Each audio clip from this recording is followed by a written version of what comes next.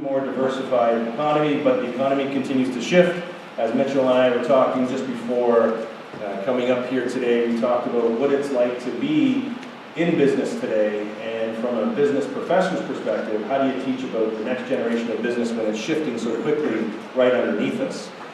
That is one of the larger remnants of a GM property in our community. It's right in the heart of our community. It's 43 acres of now vacant industrial land, and it's a focus of ours in how do we build a new community on top of a industrial land that had been there for over 100 years. So in context, right down the road from there was where my grandmother opened her beauty salon back in the 1950s, and she operated that beauty salon for 30 years while my grandfather would walk to GM for his employment. And interestingly enough, I still have, his name's Walter as well, his name was Walter, named after my grandfather. I still have his lunchbox that he carried to work every day as he worked at General Motors. And it's something that I have in my office, and it's a reminder that we have to work hard in our life to get anywhere. And it's really influenced a lot of what I've brought to the table as mayor of the community. This is the arts, the Marilyn I. Walker School of Fine and Performing Arts in downtown St. Catharines. This just shows you, this is a Globe and Mail, for those of you who don't know, is our national newspaper. And they did a feature on our downtown after the school had opened. And it just shows where we're going as a community. So I use that as a bit of a highlight, just to show you that we are a community. It's shifting, it's changing. But we're also a community that understands there's many that are struggling because of the inability to keep up with how the economy is transitioning, struggling because of mental health issues, struggling because of addictions and issues related to poverty. We see it in our community. And so the origins of building a compassionate community, and I'll give you a perspective of where the seeds of compassion St. Catharines came from is when I first became mayor, there was a poverty summit that was taking place in Ottawa, so I flew to Ottawa and I was there to listen, and there to listen about what other communities like yours gathering here today were doing to address issues of poverty. We talked, I learned about transit, the importance of public transit, the importance of affordable housing, providing the services for mental health issues, and creating the space and conditions that allow people to come together. And it was a bit overwhelming. I'll be honest, lived in a bit of a bubble, really in the business community. A lot of my friends and my networks were business, so lived in that space for a long period of time. And going to that poverty summit really opened my eyes to where and what challenges look like in communities across Canada.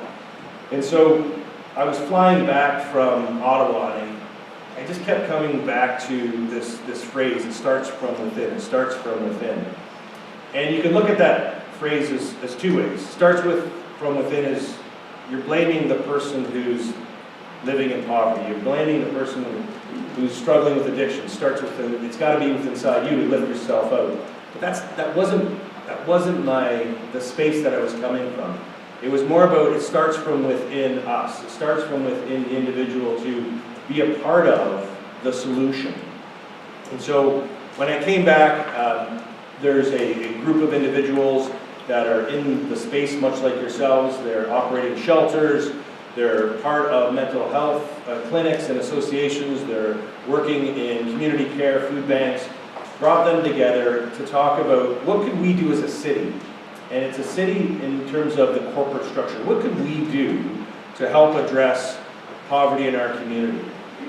And so we looked at what our services were as a city. We looked at how we interacted as a city with our residents. And I say that because too often we look at the cities, or what would be the regions or the counties.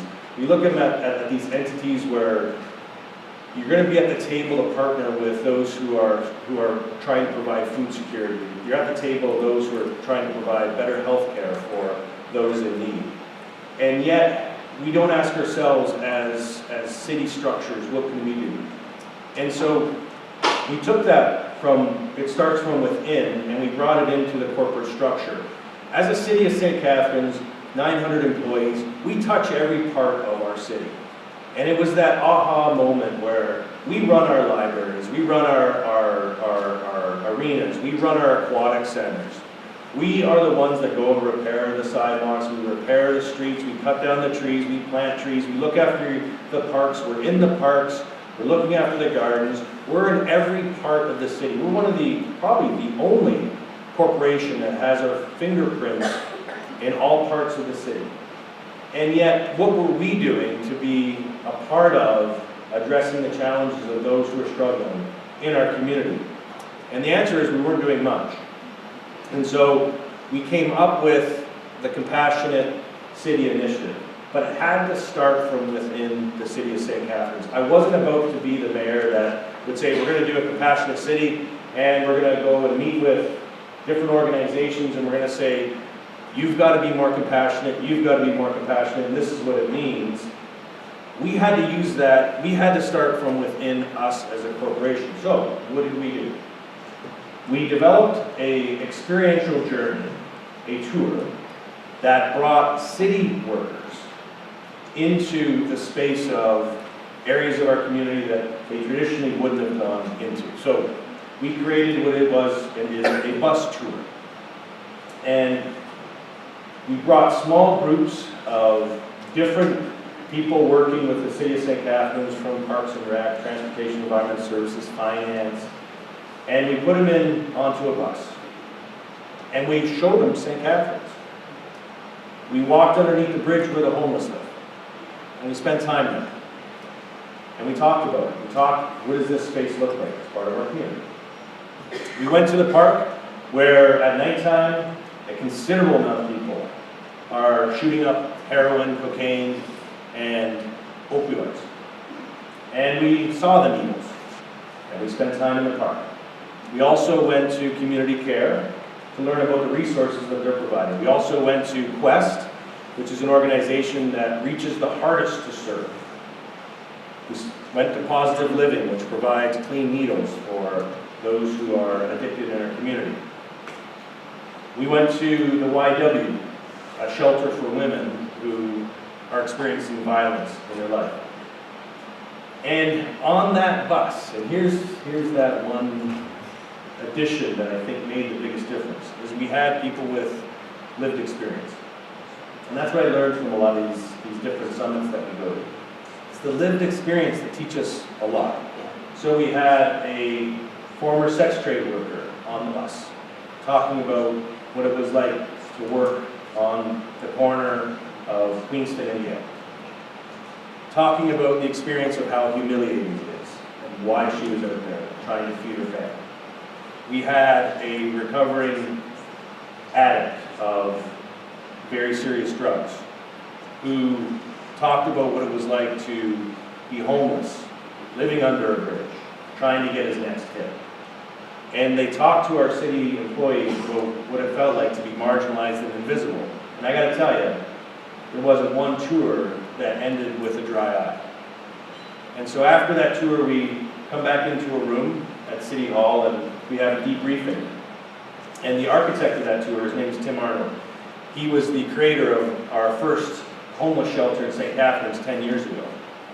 And the model of that homeless shelter wasn't just about welcoming people into the shelter at nighttime as they try to escape the cold or the heat or just the violence that surrounds them.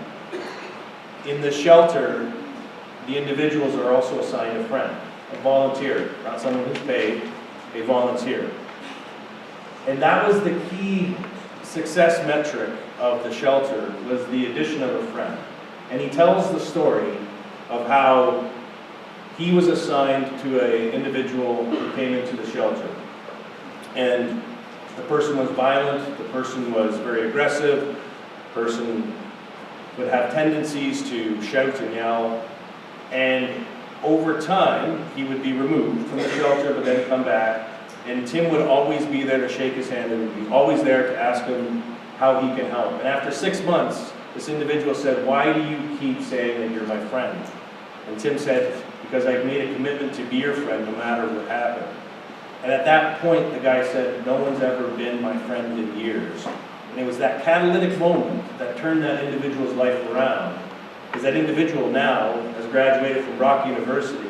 That individual was the person on the bus who broke the addiction of drugs, who is now a part of the Compassionate City, and he's one of our trainers. And it was because of that friendship. It was because the person finally had someone in his life, because those who are living homeless, those who are struggling addictions, their social network is so broken apart that even the concept of having a friend is foreign to that. And so the shelter is successful because of the assigning of a friend. And there's many more stories that they can share about people who have broken the cycle or who have gone on to a more stable life because of that innate friendship that is developed at the shelter. So the Compassionate City concept is about the extension of learning, the extension of acceptance, the extension of offering friendship, not just being there and saying you can support through dollars, but something that's more impactful than that. And so on these journeys, and we've gone through, out of the 900, we've gone through over 200 employees have gone through these training programs, is that it's finally started from within the city of St. Catharines. And the moment that clarified it for me was, we have a vision for our city, is to be one of the most dynamic, livable, sustainable cities in North America for a city our size. It's a very bold, ambitious vision and mission of what we want to achieve. But in achieving that, I was going to the Aquatic Center to talk to the staff about it, about what our vision is and how we're going to achieve it. And walking out of the Aquatic Center at the time, it was a beautiful spring morning, and the sun was shining, and there was a homeless individual coming out, very disheveled, big beard, and I had just come back from the summit. We were putting together the tenets of how we can help our community, and I just walked by him. And something in the back of my head said, we need to turn around and address this individual. And so I simply turned around and I said, hello. And he turned and looked at me and he said, you're the mayor. I said, yeah, I am the mayor. I've been wanting to talk to you. I said, okay, well, let's have a talk. And so we talked.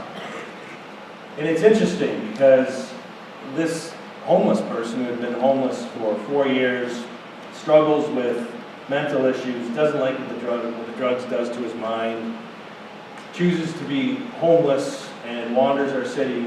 He played billiards at my Uncle Mikey's billiards hall on Facer Street. He knew the Senzik family, he knew my dad, and we developed this relationship. And I gotta tell you, that was the moment for me that showed the extension of where compassion can go, because it's the care plus action. Compassion is the care, it's the actionable part of caring. We all care for one another, I believe that, but it's the actionable part. What are the steps that you can take? And so the reason why we choose compassion as the term, and Reverend Levesque really captured the words for compassion. Compassion is that lens that we apply when we get up in the morning. I often talk about this. We can get up with a lens of apathy, of frustration, of indifference. We all struggle. When we get up in the morning, we can put on a lens, and we choose to put on that lens. The lens of compassion is the caring part, and the actionable part of the caring. We're asking our community to get up every day and put on a lens of compassion. And how do you fit into that? It's the first step of applying the lens of how you look at community. And so it's empowering people that they can make that difference. And that interaction that day with Fred has impacted me in more ways than I'll ever know. Because the intersections with Frank over the past 2 years have been many. And I can share the story about standing, we have a retail store on our side of the border called Canadian Tire. And my son was at a hockey practice and I had to pick something up quickly, so I went to Canadian Tire. And there's Frank in the middle of the aisle by the checkout, and he's just standing, but he's spinning around. He's just going in circles. And you can see everyone, he's just moving further and further away from him. And so I just walked up to him and I go, Frank, what are you doing? And he stops. He goes, I'm just spinning around. Okay, well, why are you doing that? He goes, well, I have to buy a piece, and he pulls a wagon around the city. So he's got this red wagon that he pulls around, and he had to buy a linchpin for it, 69 cents. And so he had it, and he was just spinning around. It was cold outside, and he was just looking to stay warm. It was closing at 6 o'clock, it was 5 o'clock, so he was just looking to spend some time. And I said, come on, let's go to the cashier and let's check you out. And I said, I'll pay for your lunch. But he goes, no, I got 75 cents in my pocket. And then he said to me, would you like to go for a coffee? I said, no, my son's at a hockey practice. I go pick him up, and he goes, oh, you wouldn't want to have coffee with me anyway. I said, Frank, why wouldn't I want to have coffee with you? You would want to be seen with me. I said, really? I wouldn't mind being seen with you. Not right now, but I put him at the end of the skate because he never had the right size. And so that was his only ways and means. But when I saw him, so the extension of this, it was pouring rain, coming out of the arena a couple months later, and I'm with my son, and he wants peach iced tea from Tim Hortons, another Canadian brand across the border. And we pull in, and it's pouring rain, and Frank had parked his 2 wagons now in a parking spot. And my son goes, hey Dad, isn't that Frank? And I said, yeah, I think he's inside. So we went inside. And sure enough, Frank's at the counter.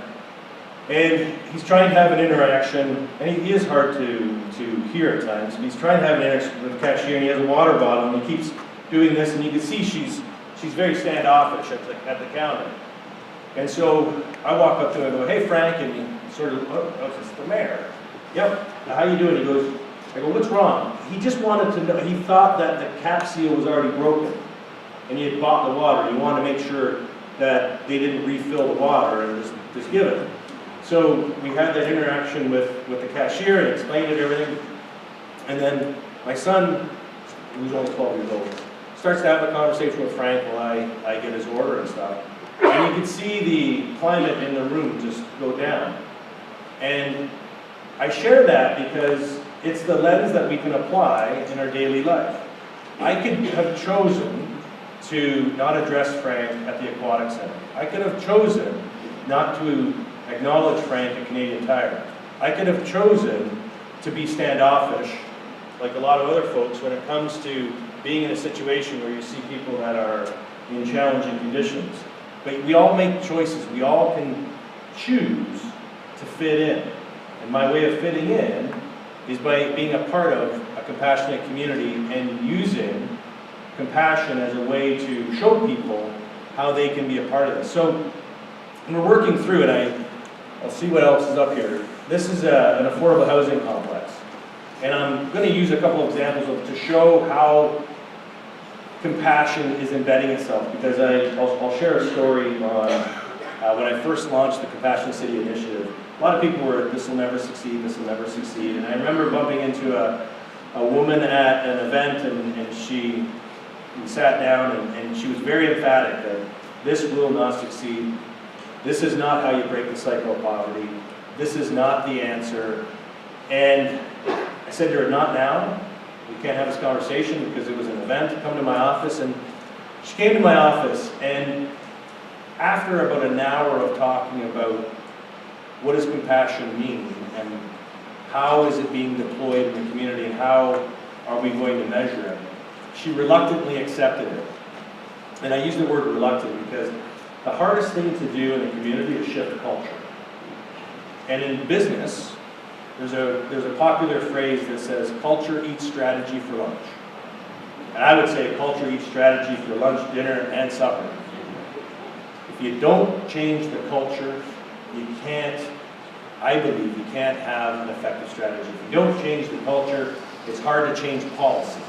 If you don't change the culture, you can apply money and more money on initiatives, but it's the underpinnings of community, the underpinnings of a community, the culture of a community that really starts to get to the root causes of poverty. So I use this as an example. This is Niagara Regional Housing. This is a build on Carleton Street. And it is, ladies and gentlemen, social housing. That's what people have referred to in the past. I call it affordable housing. People call it social housing. Not in my backyard. Not in my backyard. Not in my backyard. And this is the first social housing build in our community since 1977, and I'm ashamed to say that. So I was 5 years old the last time we had an affordable housing complex built in our community. I fought tooth and nail to get this, and I had a lot of good people fighting with me. But the neighbors around it, I don't want them in my neighborhood. I don't want them living in my backyard. I don't want them around here. And who's them? Are there going to be any First Nations people living in there? Are there going to be any recovering alcoholics in there? Who's going to be in there? And I said, our community's going to be in there. And I was the first public figure to say, if you're going to pick a fight with people who you think are going to live in there, you're going to pick a fight with me. Because we're building an inclusive community. We're going to build a community where people see themselves as part of our community. And it's not an us or them discussion. It's a we discussion.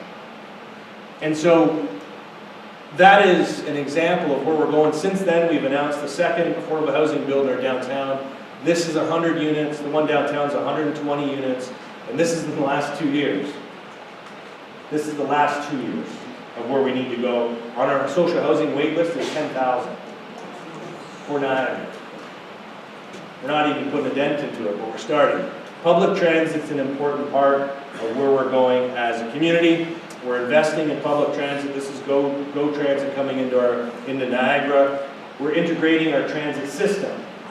And again, if you put the user at the center of your system, the user is the person who can't afford a car, the person who's looking to get to a place of employment and or their healthcare services and or their academic institutions. And our system in Niagara was broken, it was frayed, it was very isolated in silos. We're integrating a regional transit system because we believe someone in Niagara Falls should be able to get to a place of employment in St. Catharines, to be able to create the conditions so that they can actually afford rent. They can actually afford a standard of living that many of us take for granted. So transit's an important part of where we're going to address poverty, but when you look at building community, the circle of community, public transit, you can have two lenses. I'm just subsidizing other people who can't afford anything.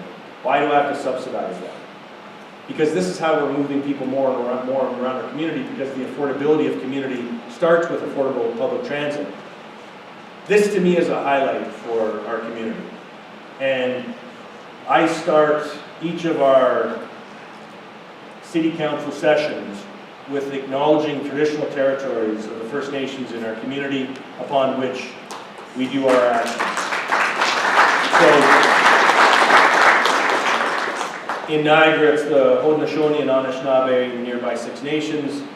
Here it's the Seneca, it's the Oneida, it is the Tuscarora, it is the Mohawk, and one more, Onondaga. And I would like to acknowledge the traditional territories upon which we're standing here today. And that is important because we are on a journey of truth and reconciliation. And as a Canadian, I'm embarrassed of what we've done to our First Nations in our communities. And we are on a journey of truth and reconciliation. And as part of a compassionate community, we're bringing the First Nations into our community. And I'll give you an example of, this is a powwow that took place in the heart of St. Catharines at Montebello Park. It was the first powwow in 30 years that was held in St. Catharines. Over 2,000 people attended this event on a Saturday. And this is who we are. This is our community. This is in the identities that we share on the journey towards truth and reconciliation. We can't embark on that journey if First Nations don't see themselves as being inside the circle of that community. So we have a memorandum of understanding with our Niagara Regional Native Center. We're changing our bylaws, and I show this, and I'll leave this one up, but we're changing our bylaws so that they actually are reflective of First Nations. And I'll give you an example of how we're doing that. Traditional fires are very important to First Nations brothers and sisters. They have a firekeeper. And in our community, there's a firekeeper who came to my office and wanted to do a fire for murdered and missing Indigenous women. And he wanted to do it in a public park. But we have fire bylaws. So it's a challenge to do that. I'm going to do that fire anyway. But we have fire bylaws, and the fires are going to show up, the fire department's going to show up, and it's going to be a bit of a challenge. So we could have fought the firekeeper and said, "Thou shalt not." But I made a decision as mayor to say, let's go forward with this ceremonial fire. And I'll get back to this slide in a minute, but I want to show something. That fire was held in Centennial Park for 34 days. The firekeeper kept fire on that fire for 34 days in the heart of our community. And the people that came to that fire from around St. Catharines, dropping off food and clothing for our shelters. We could have, if compassion wasn't a part of who we are, we could have said, "Thou shalt not have that fire," because it's a public park and we have bylaws. Or we can bend ourselves to what compassion looks like. That taught our community more about what compassion looks like over 34 days than any kind of policy, than any kind of funding envelope I could have came up with as mayor. And that's what community looks like. It's a circle. And inside the community, inside the circle has to be everybody. No one should stand on the outside of the circle of community. No one should be invisible.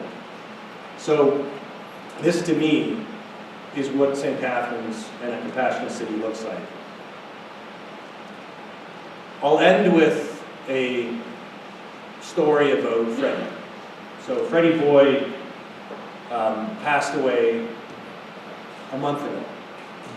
And I took to Facebook and I did a post acknowledging his passing. And I started with a prominent member of our community has passed away. A prominent member, not in the traditional sense, someone who's donated money to a university or college, someone who's very philanthropic or a prominent business person, but prominent in a different way. Everyone knew Freddie. He was homeless for 14 years, chose to be homeless for a number of different reasons, on our street corner, in the vestibules of the banks, on the doors of the church, very well known at the cathedral in downtown St. Catharines. And I acknowledged his passing, and we held a service was held for him. They had to open up the hall, the double doors of the hall, to fit the people in. That's what compassion looks like. The sad part of this is that he had just received notice that his application for an apartment under the Niagara Regional Housing was accepted, and he was scheduled to move into a one-room apartment at the beginning of February. Something that he never got to do. But hearing from his brothers and sisters that came to the funeral, he struggled with schizophrenia. Didn't like what the drugs did to him, so tried to stay off the drugs. But you got to hear his story, his life. And so I share that because compassion is in with all of us. And we're seeing the success of a compassionate city in St. Catharines. We have more people who are donating their time out of the cold, which is a program that provides shelter 365 days a year for those who are trying to survive on their own, who don't have a roof over their head. We have more people who are volunteering at community care, our food banks. We have more people who are making a difference in our community in their own way. They are fitting into what a compassionate city looks like. And the examples that we'll use, that I could use, and I don't want to go on any further, but I want to point to successes. We have a group of young professionals. They're called JCI. And it's it was part of the chamber movement. They're young professionals that took compassion and they made it theirs. So over the past year, they have every month a member of the JCI is an ambassador of compassion, and they use social media and a passion of their choice, and they shine a light on it. And the reason why I didn't ask them to do it, they chose to do it on their own. They did it to show how one person can make a difference. And folks, poverty it's everywhere. It's on our streets, it's in our schools, it's in our places of work. Poverty is mental health. Poverty is addiction. Poverty is the violence that happens in family and in community. And I'm proud to say, and I want to use this as my wrap-up example, I'm proud to say that I didn't think that becoming mayor, I would have to deal with an opioid addiction issue in my community. When I became mayor, I didn't think that my city would be the third highest opioid overdoses by death in Ontario. I didn't think that I would be attending funerals of 20-year-olds who were dying of opioid addictions. And so, last Monday, we were the second city in Ontario to approve supervised injection sites in our community. And I thank you for applauding, because when I did a speech in front of a large group of people, I talked about the need for supervised injection sites, and people applauded. And I said, I don't need your applause now. I need your voice when we go to vote on supervised injection sites. Because people are going to say, not in my backyard. People are going to say, we're giving them the drug. We're not giving them the drug. We're supervising the injection, but we're also surrounding them. Safe consumption sites. On our side of the border, we need supervised injection sites. And there are different terms. The reality is we're putting a circle around them, folks. A circle of safety, a circle of resources. Because if that one individual asks for help before or after that injection, and we can help lift that one individual up, we're making a difference. And to our first responders here, at this past council meeting of the City of St. Catharines, we approved our firefighters carrying naloxone as part of their kit, so that then when they arrive at a scene where there's overdose, they can now administer naloxone to help save a life. We had to fight tooth and nail to get that on our fire trucks. And it came down to, because it's going to cost. How much is it going to cost? And the turnaround of that is, what's the cost of a life? So I hope I've been able to give you the emotional side of what compassion looks like, a constructive side of what compassion looks like, and how success is being measured from the perspective of a compassionate city. We have a long way to go. And my marker is going to be this. 10 years from now, I want people to refer to St. Catharines as a compassionate city. That will attract business. It will attract people who want to live in a place in which they can raise a family in a compassionate way. It'll attract students to our university and colleges, because they will see the community as a compassionate community. And that, I believe, will be the indicators, not just of what we've done to lay the groundwork, but for generations to come. So today is an opportunity to learn, to hear from one another, to see what your success stories are, but then to ask yourself and your networks further abroad is, how do I fit in? And my proudest moment to date is my 76-year-old dad, crusty, he could be crusty. I can say that, he could be crusty. He joined Out of the Cold. He joined an Out of the Cold program at the age of 75. My dad's never really volunteered in his life. And he did it because he's listening to his son talk about what compassion looks like. And the tangential story on connecting all this, he met Frank. And him and Frank had a conversation about, I know your son's the mayor. Your son was one of the first people to actually acknowledge me as a person.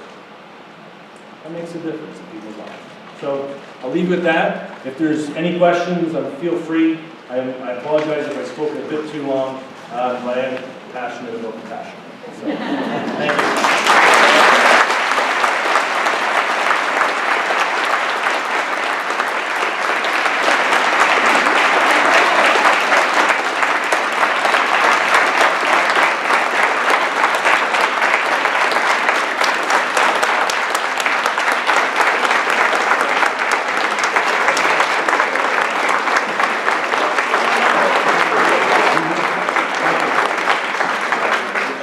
Thank you for that, and I will say that that banner was at the State of the City address that I did from the City of St. Catharines in January.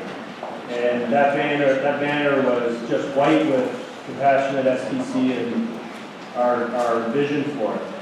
At the end, I asked everyone in the audience to come forward and to sign the banner. That represents 550 signatures of our business community who took the time to say, yes, I'm a part of this compassionate city. So what I'm saying to you is get people to commit. Get people to put their signature on something. Get them to own it. Get them to see that they can make a difference. And that is living embodiment, that when you give people the tools, the power to make a difference, they'll put their name on something. So I wanted to bring that as a visual to show you that it's not just a person standing up here, it's an actual community that's behind us. Thank you.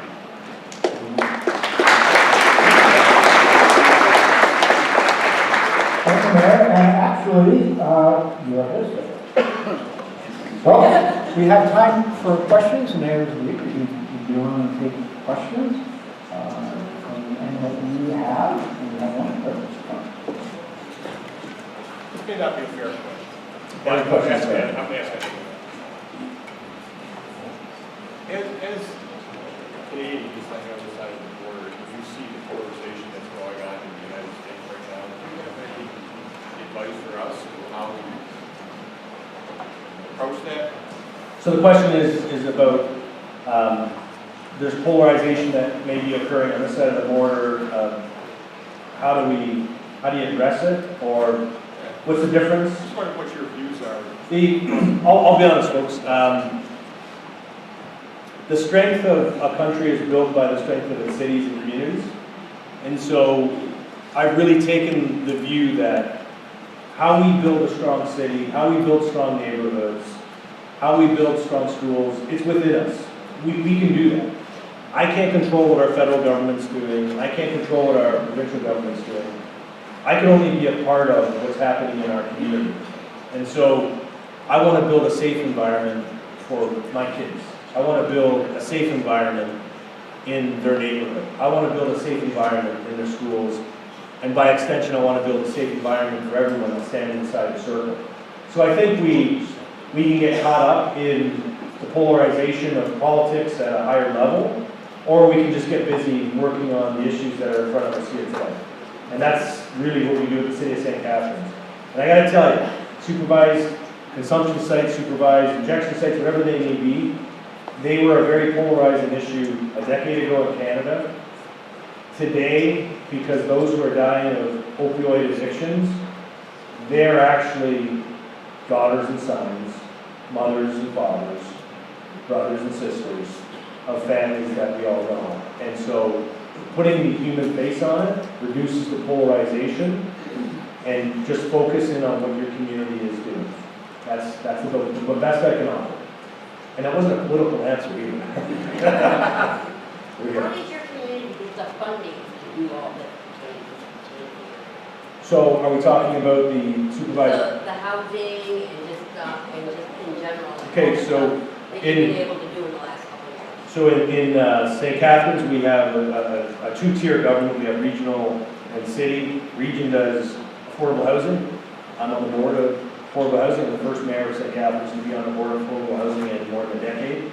So I made sure that I looked at where the needs were, and I got on that board, so I can help direct the funds that come from the province and from the region into buildings in our community of St. Catharines. When it comes to mental health addictions, I did the fundraise. I was a campaign co-chair for fundraising for Pathstone Children's Mental Health.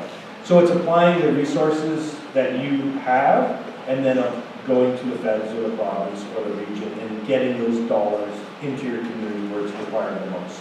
Are you also getting a lot of help from community organizations just within that area? Yes. Yes. Thank you. My question would, I think that what you're doing is wonderful with the safe injection sites, but the safe consumption sites are actually a little bit different, and I think you probably understand that, but it's more you're allowed to use any type of drug that you are wanting to. It's one of the same. And that's what you have approved for So yourself. the question is about the difference between safe injection and safe consumption. They are one and the same. The user will bring in their drug. Okay. And they're able to inject. And so the federal government has created the, what would be a space of which police will come in and arrest. So it is, like And I know it's challenges you to think in a different way. But the success that we're seeing is being able to offer people the resources to help lift themselves out. I'll give you some stats, folks, and I'm not here to shock you. We exchange 1.2 million needles a year in Niagara. And when you look at where these needle exchanges are, they're not just in the parks. They're in the neighborhoods where people are driving Lexus and Audis and BMWs. well, if There's a lot of people who are struggling. It's there, and it reduces crime and it saves health, and it's unfortunate Long that term, we didn't yeah. have a reaction to this in the 90s, whether it's crack epidemic. Right. But it is, you know, I'm glad that we're taking an approach now, and I'm glad to see you in such a leadership role with that. I Thank you. like to see it here, but yes, it was unfortunate. over here. Who are the first stakeholders that you have? Okay, who are the first stakeholders? So it was important that we interacted with those who are working on the front lines. We have community care, which is a food bank. We had the shelters. We had RAFT, which is youth. We had mental health services, so the Pathstone, people from Pathstone. So we tried to put all the partners at the table that can give us a clear view into different parts of the community. And then the catalytic moment was the lived experience. So how many people in here would represent folks? No, I'll rephrase it this way. Are you a lived experience member here? And I guess I shouldn't ask you to show your hand. What we're doing more and more in our community is we're bringing people in with lived experience. So when we're putting together tables to talk about neighborhood issues, when we're putting together tables to talk about mental health, we want people at the table with lived experience. Because they're the ones who are going to tell you what it's like to walk into a doctor's office and be given a prescription for drugs, and you have no idea what's going to happen to you, because when you go down the road and you go into the emergency, they're not even going to look at that prescription. They're just going to give you another set of drugs, and then you're going to be wired in a chemical way that creates a lot of different conditions. So you need lived experience to be around your tables. I firmly believe that. Any other? Oh. When you receive pushback from community members who maintain the us and them mentality, how do you engage them? Those who know me, I can be quite direct, and probably not the best politician in the room, but I pretty much say, and I've said this to different groups, I don't care about your vote. If you're going to be us and them, you're picking a fight with me, and I don't lose. So I do make it very clear to people that I'm not here to secure votes. I'm here to build a stronger community. And so I do understand people's frustrations, and I do listen when they talk about what is this going to mean to our community. Something like a affordable housing complex. But it's not a us and them. And I got to tell you folks, when that building is built, a year from now, I will relish going door to door and talking about how that building is actually going to improve that area, because every place that we have an affordable housing complex in Niagara, you have an improvement in the interaction and understanding of that neighborhood. But it's the unknown, right? People are afraid of the unknown. So, any other? How have you incorporated, and I'm sure you have, the disabled population? I have visual issues, for example, but the deaf population and other populations that people just really don't see when they feed individuals. So again, that's part of the whole compassionate city concept. So when we go and we're going and talking to groups, the city has a long-term accessibility plan, and that accessibility plan is focused on creating safe streets, safe crossings, and accessible buildings. So all of our building codes have been updated to include accessible features. The Spectator Sports Arena and the First Ontario Performing Arts Center all have been built to the highest level of accessibility, visual and physical, and they're now leading buildings in Ontario for people to be able to move about and use them in whatever mobility and accessible ways, including the arena, the rink itself. Who's familiar with sledge hockey? So sledge hockey is people who can't, they skate, but not with their legs. They have skates underneath them that they go around. So our boards, where the benches are, those boards can come out and they put the see-through ones there. So we can actually host sledge hockey games, because guess what? When they're on their sledge skates, they can't see over the boards. The boards are way too high. So now we have the boards right there, and that speaks to an inclusiveness in how we're designing our buildings. It's a great question. Over the back? How are you measuring, or what metrics are you following in order to capture the cultural change things? How are you capturing the stories and Correct. how do you Sorry for, okay, so the question is how you capturing all this? We have launched in conjunction with the charter, the website, Compassionate STC, that has all the resources that are available in our community for people to access. It tells the stories that are occurring in real time in our community. It talks about the initiatives that we're working on, and then we're encouraging people to share what compassion means to them and how they're leading a compassionate life in our community. We had, and again, I can speak on this for a while. We had a cold snap, so we opened up warming centers. And one of the warming centers we opened up was a market square in downtown St. Catharines. It was -20 out. We opened up warming centers so people can get out of the cold. And one of our employees, and this goes to the metrics, one of our employees came up to me and we were talking about the cold snap, and she said, after your Compassionate City talk that we had as part of our employee engagement, I was going to a hockey game, and we knew that the warming centers were open, so we made enough dinner for more than just my husband and myself. We made it for 20 people, and then we put them in aluminum foil, and instead of just going and parking and going to the arena, they parked at City Hall, they walked through Market Square, and they handed out the food to, there was about 8 people that were in the warming center. She would never have done that, because if she wouldn't have taken that action if she wasn't empowered to see how she fits into a compassionate community. And those are the quiet stories that, hard to measure, but here's another individual who's adopted that way of living. And so we're measuring it in different ways. So people receive either public assistance or food stamps in your community, and how do you feel about that? Okay. So do people receive food stamps, public assistance? Yes, we do have a very robust safety net in Ontario and Canada. They do receive food subsidies. We do have a food bank that people are able to go into, and they access the free food that's available there. We do have a lot of assistance that's provided for those on disability. Our social safety network is quite robust, so I will say that. And it does allow us to do other things because upper levels of government are providing a lot of security for those who can't manage on their own.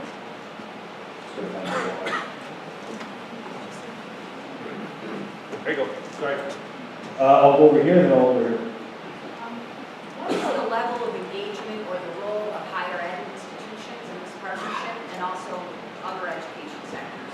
Excellent question. Very engaged, both Niagara College and Brock University. We have a Living in Niagara report that's done in conjunction with Brock University. They're helping to measure how compassion is being built into the community.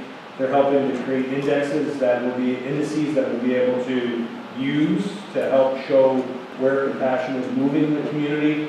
Niagara College has adopted a lot of the training that we're moving forward on to ensure that their environments are creating the spaces. I was on the board of Niagara College for a number of years. So they're creating safe spaces, making sure that their policies are in line on First Nations, on mental health, and all the different aspects that have been largely ignored previously. So we're all moving in this journey together, which is wonderful to see as well. But it's an important part because it's the next generation that you're teaching. Okay. I just want to thank you for recognizing First Nations, representing Pov Con, and allowing them to have their fire in the park, and including that in your circle, because on this side of the room, it's still customary, and we're still fighting for that. And a lot of times when we want to get our fighters, or have certain cultural events, we still have to fight those policies to be able to do that. So thank you. Thank you. Any questions? And we have the Haudenosaunee flag that flies at City Hall. So as part of this whole Truth and Reconciliation, so if you go to City Hall, outside you have the Canadian, the Ontario, the city, and the Haudenosaunee flag. And inside council chambers, we have the same set of flags. That's an honor for me to be able to have the public come in and see that we're acknowledging the First Nations in our communities through the flying of the flag. That's how you start to create those strong relationships. And I can go on at length about the First Nations and our important relationship that we all share together. Over there, Mitchell. Mayor, you mentioned before culture. To end, I've heard you share before the story of when you realized the culture of St. Catharines was beginning to change, when there was an incident between police and sex workers. Yes. If you would share that as a closing. So, as a closing note, and going back to the metric of how do we measure, I was traveling at the time, and in the city of St. Catharines, there was a suite, a prostitution suite. I'll use the air quotes, that prostitution suite. And so on the front page of the local paper, it had women who were being arrested, put in the back of the cruiser, and it said, prostitution suite, what's the headline? Big black, bold letters. So I was out of the city and the social media feed was lighting up, as they say. And my staff called and they said, look, there's people on social media really challenging you on Compassionate City. How is this compassionate, Mr. Mayor? What you're doing to these women, how is that compassionate? Is this what compassion looks like? Is this a compassionate city? We're just simply arresting them. So it was Facebook and it was Twitter, and I decided just to let it build. Didn't inject myself into the conversation, just to let it build. And then I did that purposely in terms of when I came back into the community 3 or 4 days later. It was an opportunity to show the what would be the police and have a discussion about what just happened. And it was an opportunity to educate and talk about what was it that the police were hoping to accomplish. And this isn't what compassion looks like. You don't simply go in and sweep something. These are sex trade workers. And why were they in the sex trade business? What were the police doing to address the root cause of this? And what did they hope to achieve with this mass sweep? And so I met with the police chief at the time, Police Chief McGuire. And we had a very insightful discussion. And since that discussion, putting in place supports, they don't get arrested. If there is a situation where there's a sex trade worker that's working the street and there's an incident, it's a diversion now. They take the individual and they get her into a shelter. They get her into help. It's not about putting him in handcuffs. It's about changing how they see the individual working the corner. And the learning there is that it was the community that said, is this compassion? It was the community that challenged myself and the chief of police to say, is this what compassion looks like? And that's what gets to, is it a success and is it inoculating into the community? Is that when you get the community asking you, is this compassion? This doesn't mean compassion to me, Mr. Mayor. And that's where you start to have, I think, the fundamental shifts in community, the fundamental shifts in philosophy, and how we actually look at it. And I'll end with this. I've spoken at a lot of faith groups.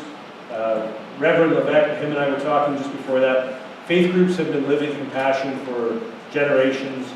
They're doing a lot of the work when it comes to outreach services.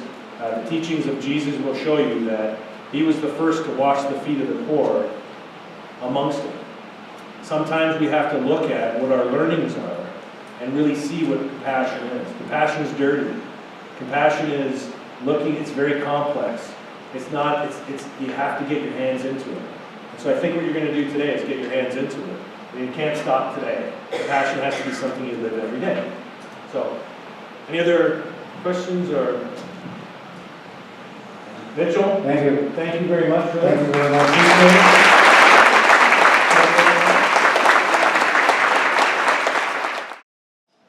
I just wanted to thank Mayor Dunsick for such a great, inspiring talk. I think it's so important when we look at our communities that we have that compassion for each other on a micro level, but also on a macro level. So it was really good to see the things that he's doing, and it would be wonderful if we could replicate that in communities here. So I want to thank the coalition for inviting me, and I want to thank Niagara University and to Robin Kruger, my friend and mentor, for throwing my name out there to talk to you today about trauma-informed care. I'm really excited about the theme, obviously, of this year's conference. I do a lot of, I guess, exploration of trauma, and I have a lot of compassion, obviously, for people who have trauma. I worked as a therapist with people in doing trauma counseling and therapy. But I also do a lot of consulting work for training in trauma-informed care and also suicide assessment. And so I think a lot about it, and probably way more than the average person. But it's a buzzword I think that we hear a lot about lately.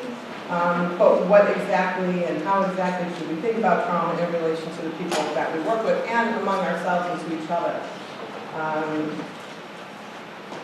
So in preparation for this speech, for this talk I'm giving you, I thought a lot about my trauma in my own family of origin. And one of the things I thought about was, when I was young, I actually was born in South Buffalo. I didn't stay there too long, but I was about 7 or 8, I think, when we moved out of South Buffalo.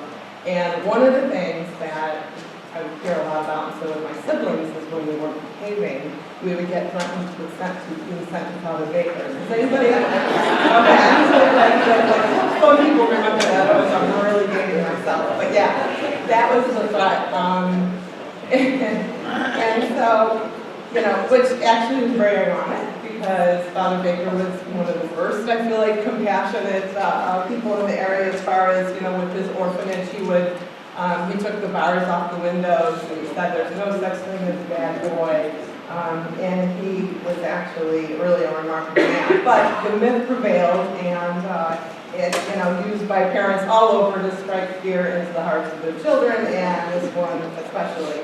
But many years later, and actually here's a picture of him with some of his infants and some of the boys.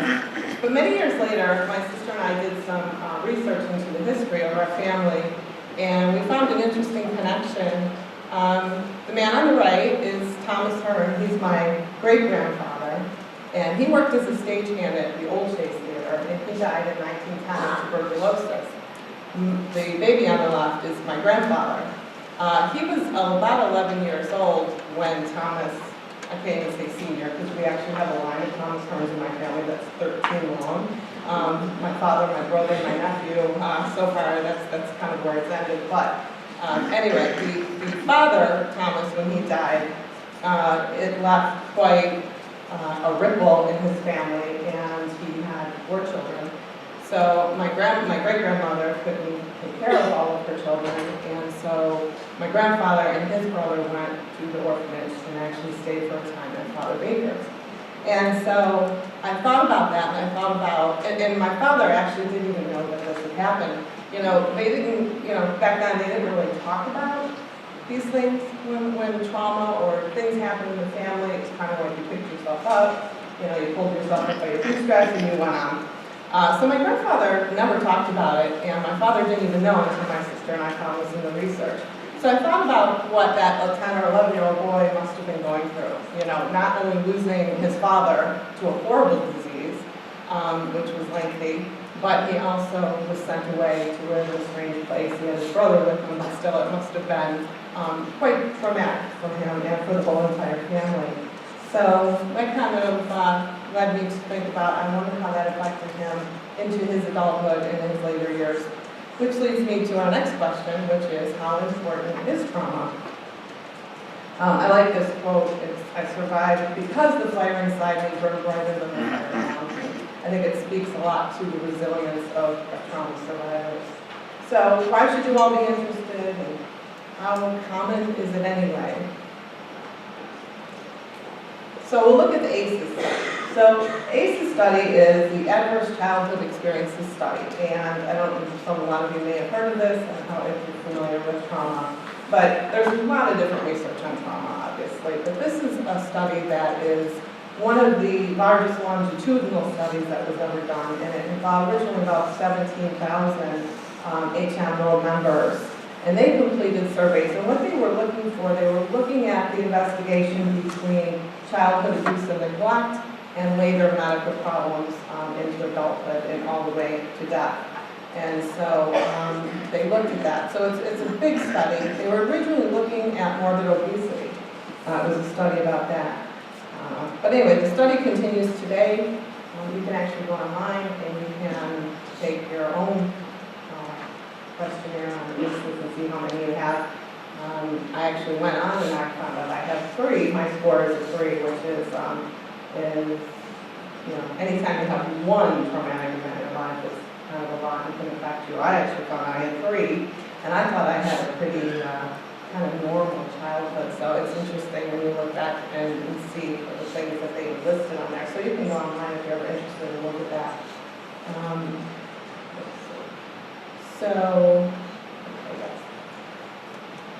So what were the findings? So what they found was that these adverse childhood experiences are very common.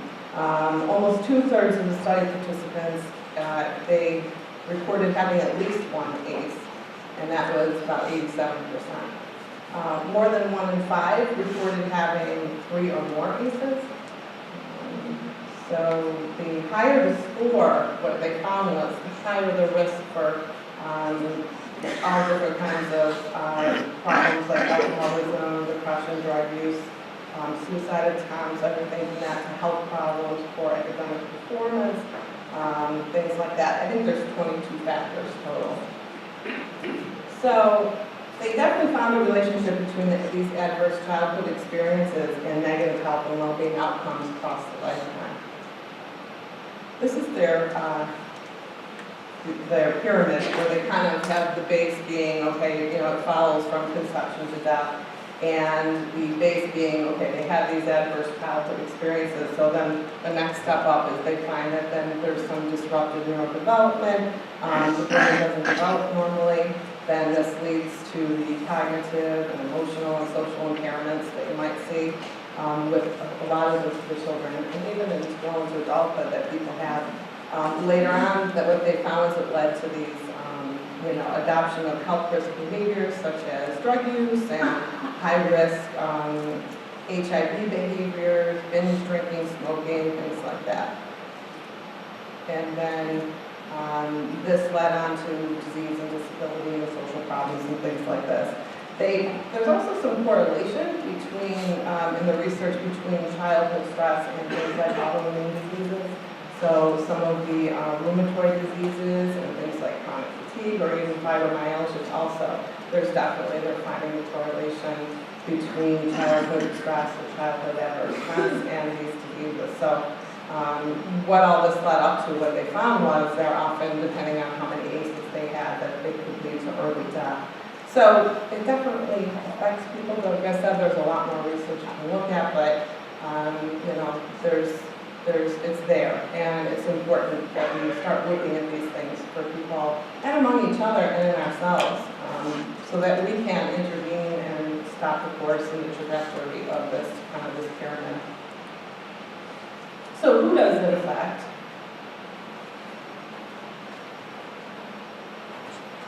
Study of second-year college students found that 84% had already experienced at least one trauma, and I think that's what the ACEs found also. This is another study.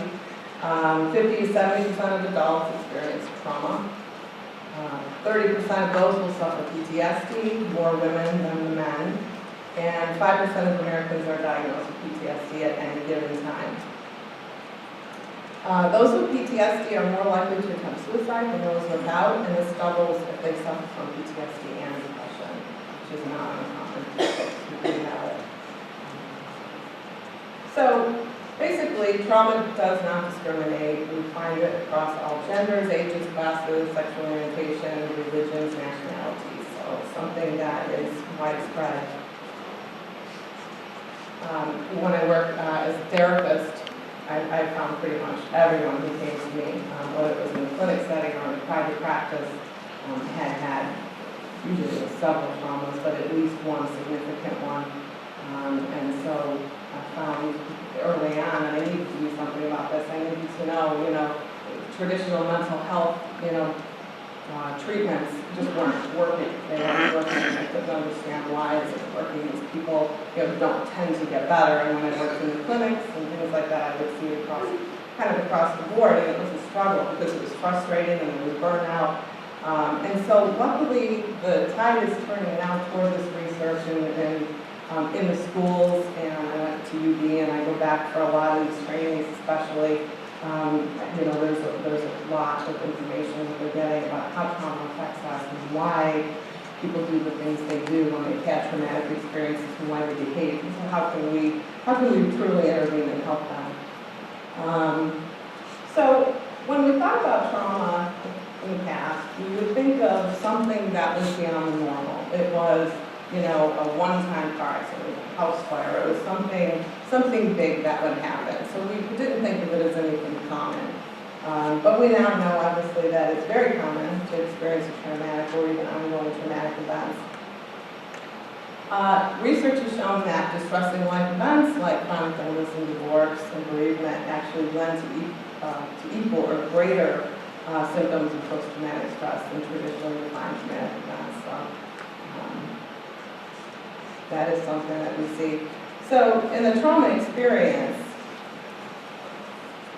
what is trauma? Like, what exactly are people going through when they are experiencing trauma and the effects of trauma? It really is the extent to which the person experiences the horror and the pain and the fear, but it has to go along with that feeling of helplessness. So that's critical. What might traumatize me might not traumatize you. A simple example would be force me to unexpectedly go bungee jumping or zip lining, and you will, I guarantee, see a very traumatized person because I will feel horror, probably pain, and a lot of helplessness. So seriously, like that would do it for me. But other people find it exhilarating and exciting. I was talking to someone in one of my suicide assessment trainings last week or the week before, and she's like, I love skydiving. Skydiving is amazing. Did you think you could die? And she was like, well, there's always kind of that thought you could. And it just did it for her. She loved it, but absolutely terrifying to me. But then again, I can't really get on a step ladder. This is even a little hot for me, so I'll try to work through it though.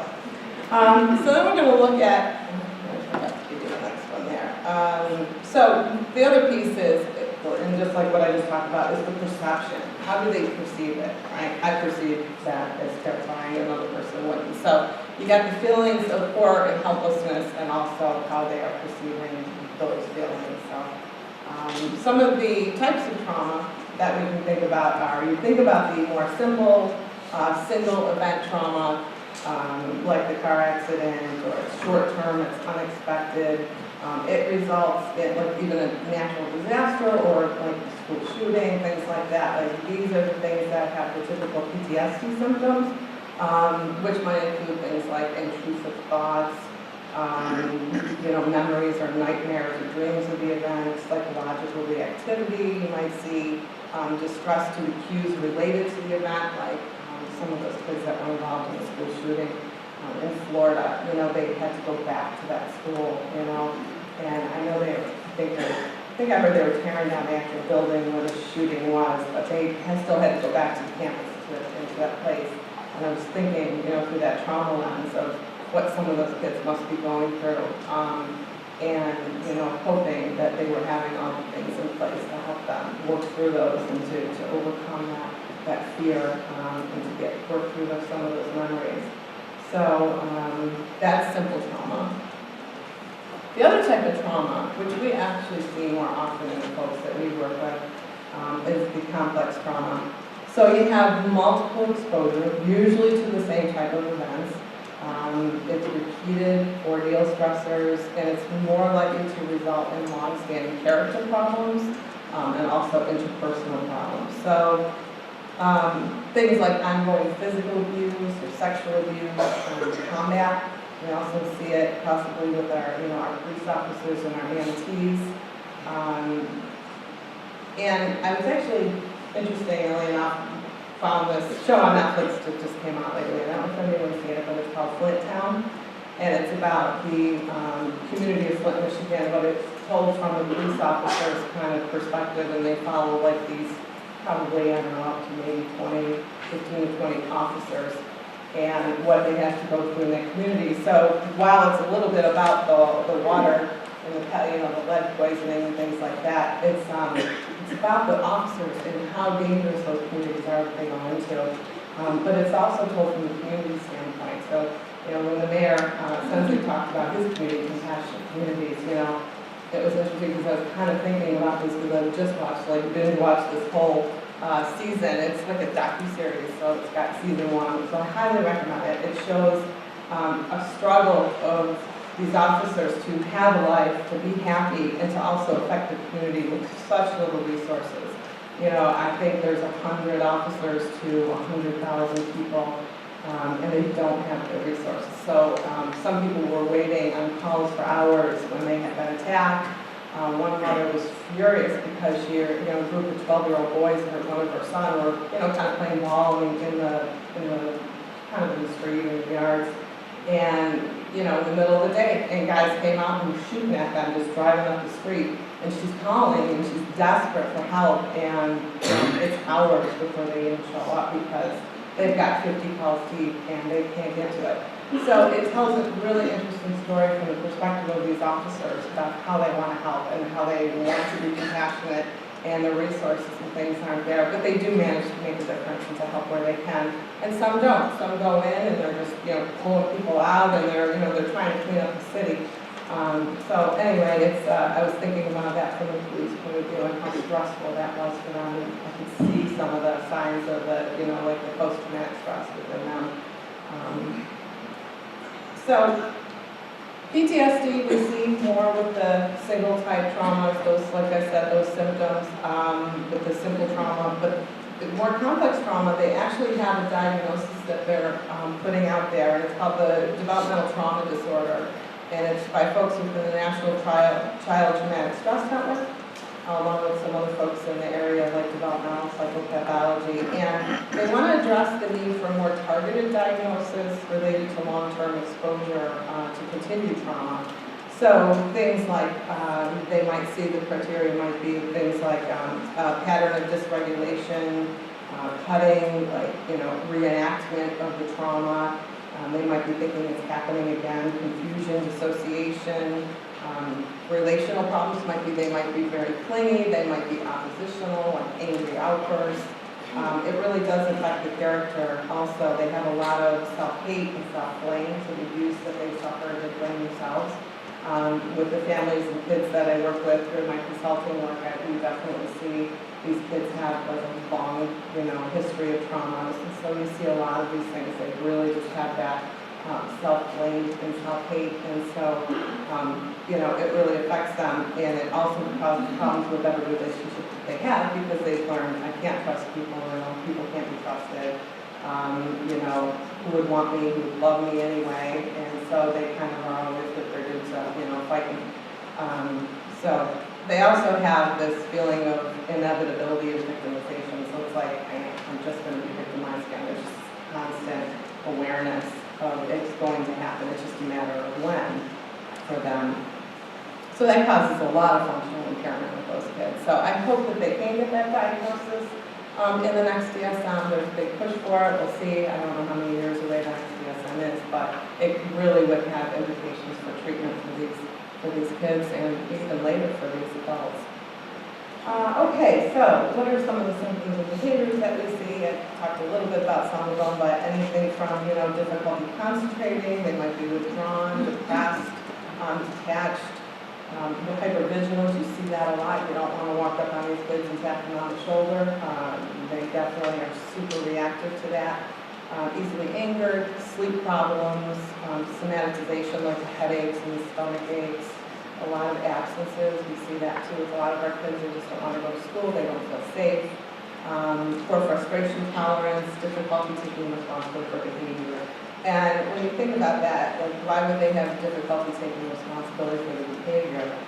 And what they've learned basically is when I do something wrong, I can't learn from it. When I try to teach my son when he does something wrong, or if he makes a mistake, I should say, because I try to tell him it's not about right or wrong, it's just about making mistakes, and we all do it. We help him to work through it and to repair and reconnect with whomever if he's made a mistake with someone in particular to repair that relationship. So that's how kids should learn and how development should go. But these kids haven't learned that. What they've learned is if I make a mistake, it's going to go worse for me. I'm already getting abused. I'm already getting emotionally or physically or sexually abused, and then if I make a mistake, it's coming at me even further. So even kids especially that have witnessed like domestic violence and things like that. So, that's something that's really common. They don't take responsibility for things and they feel like they can't or they go bad. And then these people develop into adults, and then you often see it continue into there because this is now finally ingrained in them as far as a way to meet a need and to escape abuse. And even though the abuse may not be happening any longer, it's still, they think it's around the corner. So they often can't regulate their emotions, so they stay in this state of high alert, and things like cortisol and adrenaline are up, and this makes it very difficult for them to think rationally and calmly, so they just react. Which leads to talking about the neurobiology of trauma, which I find so interesting because it kind of gives you a map and an actual biological reason that this is happening and how it's happening within them. And it's not just behavioral, it's something that is chemical. So with normal development, these brain pathways are created and they enable a person to respond appropriately to danger, right? To interpret new experiences and to process information, to control impulses and all that stuff.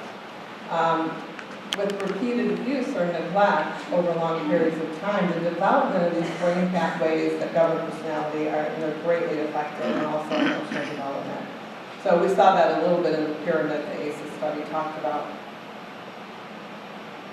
Chronically traumatized children have been found to have these alterations that are actually neurobiological, including chronic elevation of stress hormones. So there's something called the stress hormone cascade. It's a little more in depth than I want to get here with you today, but basically what happens is these hormones and the adrenaline and these neurotransmitters are all acting together, and their level of alert and reactivity is so high. And so often they'll stay like that for long periods of time. Whereas you and I, if you have, say we're driving along and you have that moment when someone almost hits you or runs a light or something, and you kind of get that adrenaline rush. And after the danger is passed, then everything kind of calms down and you can breathe and you feel better. But with these kids, they're kind of always in that state, and often with adults, not just children. This happens with the adults too.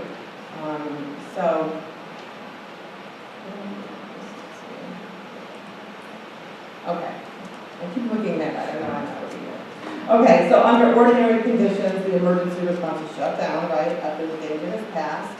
And, you know, you're prepared for that fight or flight usually, right? So you're either going to run or you're going to fight, you get that adrenaline, and then things pass and you're okay.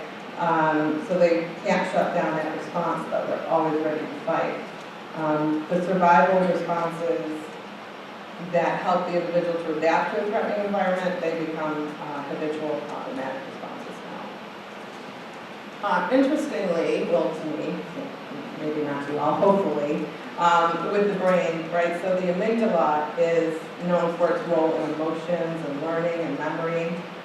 So it's actually located in both spheres of brain, but I always kind of think of it as more that right brain, kind of emotional, just to help me remember how it works. And it's active in learning to fear an event, but also in fear extinction. So it kind of is the gatekeeper to traumatic or emotional memory. So you have anything that happens that's emotional and that has emotion attached to an event. So it kind of, the amygdala decides, okay, is it something that is, you know, I'm going to hang on to, or is it something that can kind of be cycled through the brain and processed appropriately? So often traumatic events kind of get stuck in that place.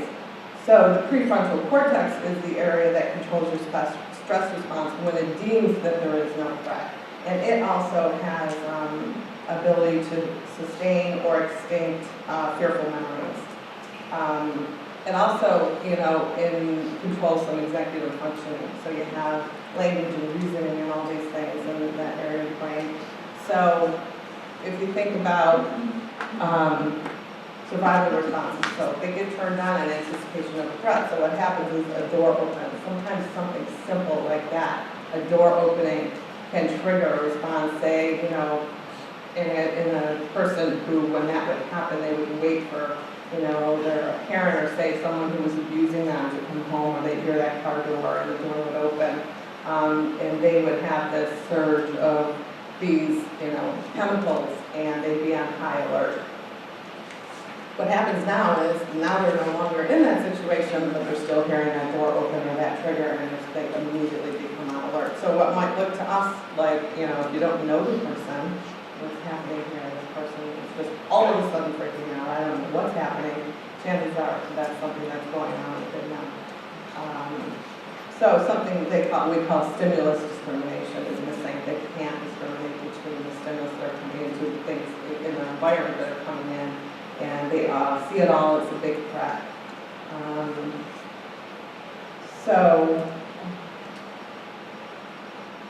So another thing to think about is the person may not even be aware of the connection between their behaviors and the trauma episodes. They may not make that connection, and that's something that we try to do with trauma counseling or trauma therapy. I was talking to one of our therapists at Community Missions, and was talking about that, you know, the brain chemistry and how important it is sometimes. Sometimes when you ask someone to talk about a trauma, they literally can't because it's stored in the area of the brain where it's the emotional side, and there's not language and reasoning and logic. So what happens is they literally can't talk about it. And so I was talking to her about how art sometimes can help, and she was talking about someone she was working with who couldn't talk about the memories. Like sometimes they literally can't. They cannot find the language for it because of the neurobiology of it. So she was going to work with her on having her draw and things like that. So sometimes that can be really useful in a way to access the memories. They found that MRIs of people, they actually did MRIs of people having flashbacks. No idea how they did that, but somehow they got someone, maybe just being put in an MRI would cause flashbacks. I don't know if it would for me, but anyway, what they found was while they were having these flashbacks, the right brain and the limbic brain, when I kind of just talked about that, you know, the amygdala, that fight, flight, or freeze is all lit up on that side and that area of the brain. It's activated, but the areas for speech and language and critical thinking were darker offline. So they actually found that through the MRIs. So what do we do? How do we help trauma survivors? There's a lot of different interventions and treatments that are coming about that are really exciting, but medications is one way. I don't always, when I would work with people, it wasn't always my first recommendation, but sometimes it's flashbacks and PTSD symptoms and things like that, or behaviors are severe enough, then you want to kind of bring them to a point where they can actually feel a little bit better and function so that then the therapy can help. Sometimes it can be a first course of treatment. Things like SSRIs, like Celexa and Prozac and Paxil, can be used as the antidepressants. Anti-anxiety meds like benzodiazepines, like your Xanax and Klonopin, but also SSRIs are given for anxiety as well. Talk therapy. So talk therapy, for just the reasons I was just talking about, with where trauma memories are stored in the brain, is not always is recommended. You don't want to just do talk therapy. Sometimes you can do talk therapy, and they found that combined with spiritual interventions, spirituality was a big piece actually in helping trauma survivors to heal, if that was something that they could access or believe in or have that. And also complementary interventions, which I'll talk about a little bit. And also trauma therapy. So trauma therapy is basically what they do is they want to bring both of those areas of the brain back on and repair it. So we used to think, okay, so if somebody's brain stops, developing at the age of, I don't know, what is it, around 25, somewhere around there, 24, 25. What we're finding now is that's not necessarily the case, that with neuroplasticity, we're finding that the brain can repair itself and can create these new pathways that are needed. So that's exciting for, when we think about interventions and also treatments. So some of the things that they use in trauma therapies are, you may have heard EMDR, so eye movement, desensitization, reprocessing, prolonged exposure therapy, progressive counting, trauma-focused cognitive behavioral therapy, and also cognitive processing therapy, which is something lately that's kind of been coming up that's been having really good results. So I'm excited about that one. So those are some of the things we do. I've been trained in trauma-focused cognitive behavioral and also progressive counting. And really a lot of what these do is the bilateral processing, like I talked about. Eye movement desensitization, that eye movement along with when they're processing memories can actually move that out of that amygdala and out of that fear-based reaction and start to process it. So that's kind of the short version of how they work. But they can be very effective. They just often take a little bit. Cognitive processing therapy is more short-term, so that one is liked by insurance companies, I think, a little bit more. So what you want to do is you want to reduce the cortisol levels in a person, and you want to increase endorphins. So some of the ways you can do that, you can recommend to the people that you work with to do it. You can do it yourselves, because we have a whole room full of people and we know the trauma statistics, so we all have trauma at some level, some more than others. So something to think about if even in your own life, if you're doing this, or those that you love. Exercise is one of the best ways to increase endorphins and get your cortisol levels down. Yoga, Tai Chi, things like that especially, but one of my favorite things to do is to go for a run, and the first 14 minutes I think about why am I running, because I hate it and I'm in pain and I just want to get off the treadmill. But then I noticed that for me, it's that 14-minute mark, all of a sudden it's like, I'm not hurting, I feel pretty good, I can almost feel when those endorphins kick in. And then afterward, my mood is completely it's almost like after getting the massage. So we know exercise has been proven to really help. Pets is one of my favorite things. Those who know me well know that I have this little poodle that is just like my baby. She even has her own Facebook page, and she's a doll. I can't believe I didn't put a picture of her on here. I don't know what I was thinking. So what they found was with mothers and babies, right, they know when the mother would look at the baby, the oxytocin levels would go up, right, and it was kind of like that feel-good chemical. Well, they found it's actually no different when a pet owner and a pet look at each other. As long as they're well bonded and attached, that when you look into each other's eyes, they've actually found that the oxytocin levels go up, not just for the person, but for the pet as well. So I try to stare at her as much as I can. She thinks I'm a little weird, but that's right. So some other things like stress inoculation therapy, that would include things like progressive relaxation, breath work. Breath work's really important. You know, everybody says I can do easy breathing. It actually has scientific merit behind it. So when done properly, it can really help to reduce those cortisol levels. And other things like creative arts, meditation, and mindfulness, which is also, I think, a big buzzword. Everybody talks about mindfulness, right? So those are some of the other things that can be done. So trauma-informed principles. Let's see, I'm getting through this. Okay.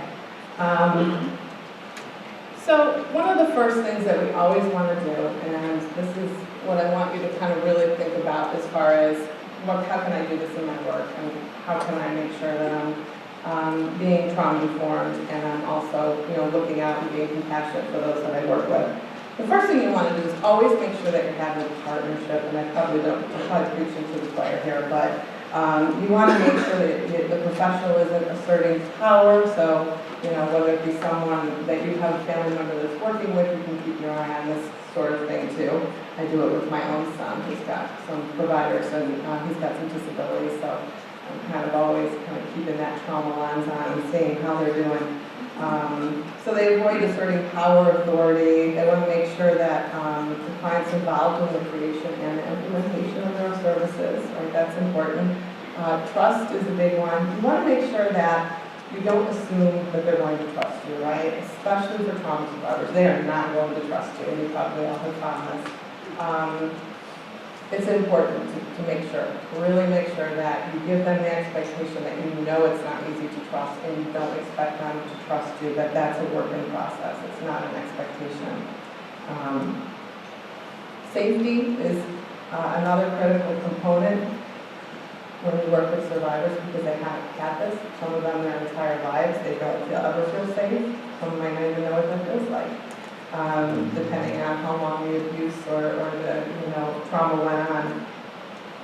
So you begin the relationship by asking, what does the person need to feel comfortable and safe? And you're going to really be taken aback, because they're not going to know what to probably do with that, because they probably haven't been asked that. Kind of like the mayor was saying, you know, that's not something they ever expect, that you're going to reach out to them, you're going to ask them what they need, because you want to do that for them. So. You want to make sure you're clear also on what you can and cannot do for them. You want to do that up front. You don't want to be vague. You want to get rid of vagueness and uncertainty. And that enables them to feel more secure. Choice, right? So you want to create choice whenever possible for them. You want them to allow to set priorities and services that they receive, and when and how they receive them also. And empowerment is the last one. So you want both the professional and the survivor. They need to be credited for bringing knowledge and expertise to the relationship. Survivor has the awareness also of their own needs, responses, history, and coping. You want to help them with that, because that's very empowering when they do find those things. When they find out, you know, ask them to share with you what their experiences have been if they feel comfortable doing that. Some aren't going to. That's okay. That's part of the trust. So you respect the survivor's insight and respect their knowledge. So one of the things that I often look for, like I said, even in my own life with my son, and he was born very premature. He was only 2 pounds when he was born, so he's 24 now. And throughout his life, he's had service providers. So he has some trauma, but it's not from abuse, it's from his birth trauma. And, you know, sometimes I think even though he technically can't remember it, I can see how it affects him in so many other ways as far as sensory problems and things like that. And we've been through so many services for him throughout his life. And I can tell you, I've had some of the most wonderful people working with our family and with Matthew. And I've had also some ones I just could not tolerate and wanted to scream.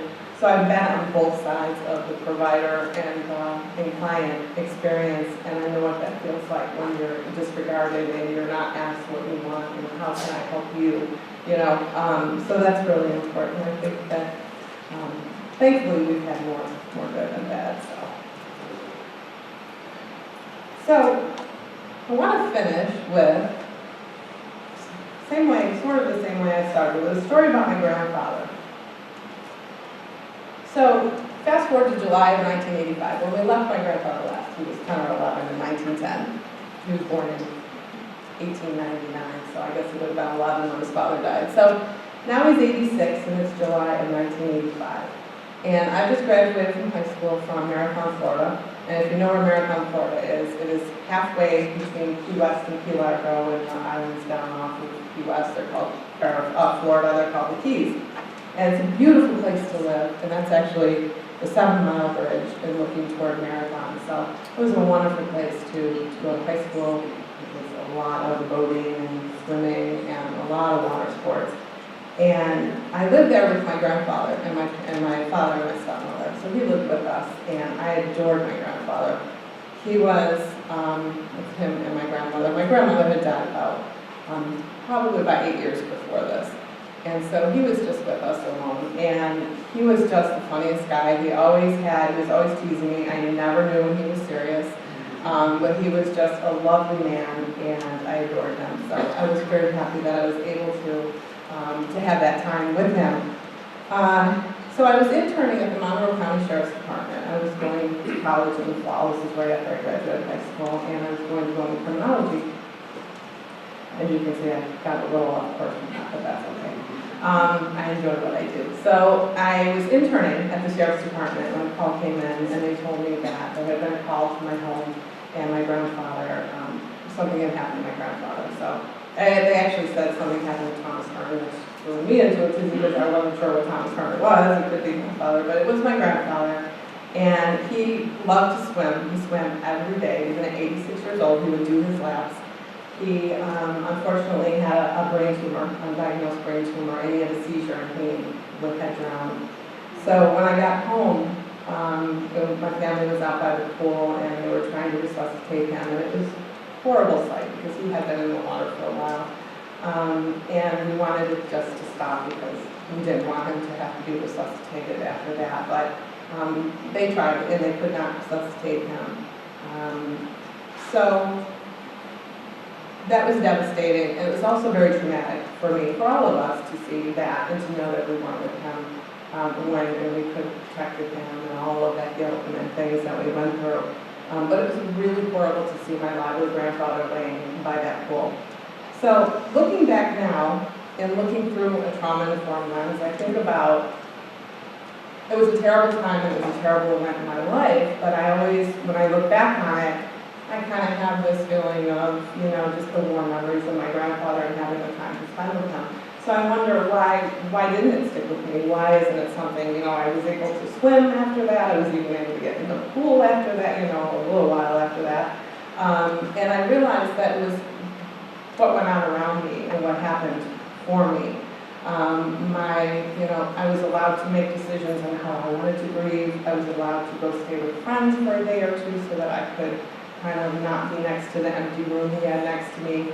My father was always very good about talking about death in a way that it was natural and it made sense as far as the lifespan. So he kind of had normalized it, even while supporting my grief and, kind of the horror of it for me. So he did that for me, and my sister helped me through it also. She kind of stayed with me while my parents were at the hospital with my grandfather.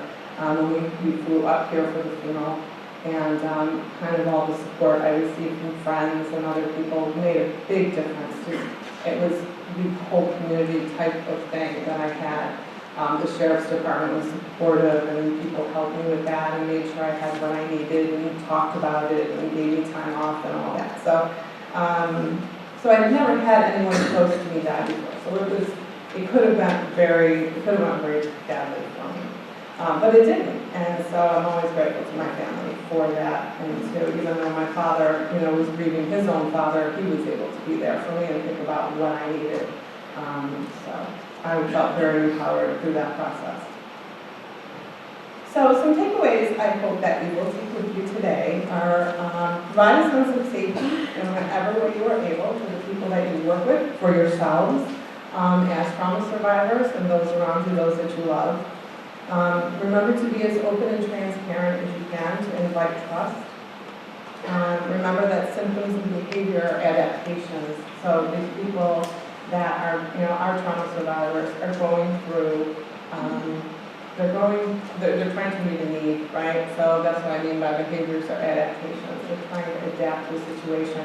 And often the strategies they use to get their needs met are not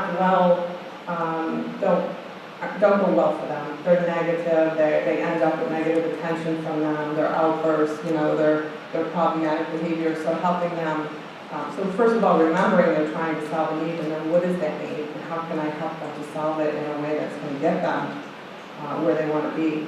Remember they're doing the best they can, and above all, be patient and be kind, because that is something that they probably never had often. So remember to ask what happened to this person instead of what is wrong with this person. And by doing so, you acknowledge and respect their history, their experiences, and their truth. So thank you so much to all of you for your passion, your commitment, your service to others, and thanks for having me. I appreciate it.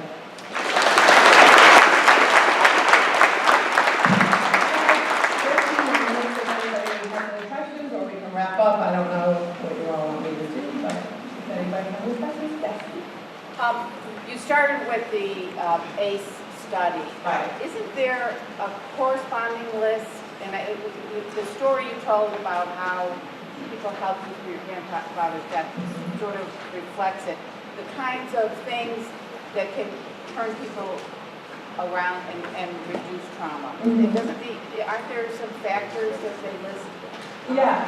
If you look on their website, they have all kinds of information about those things and these trauma-informed principles. I'm not sure if they're exactly the ones that are on there, but they kind of have the same basis for providing safety and connecting them and the relationship and helping them to repair and things like that. So I'm not real familiar with exactly what the list is, but I did.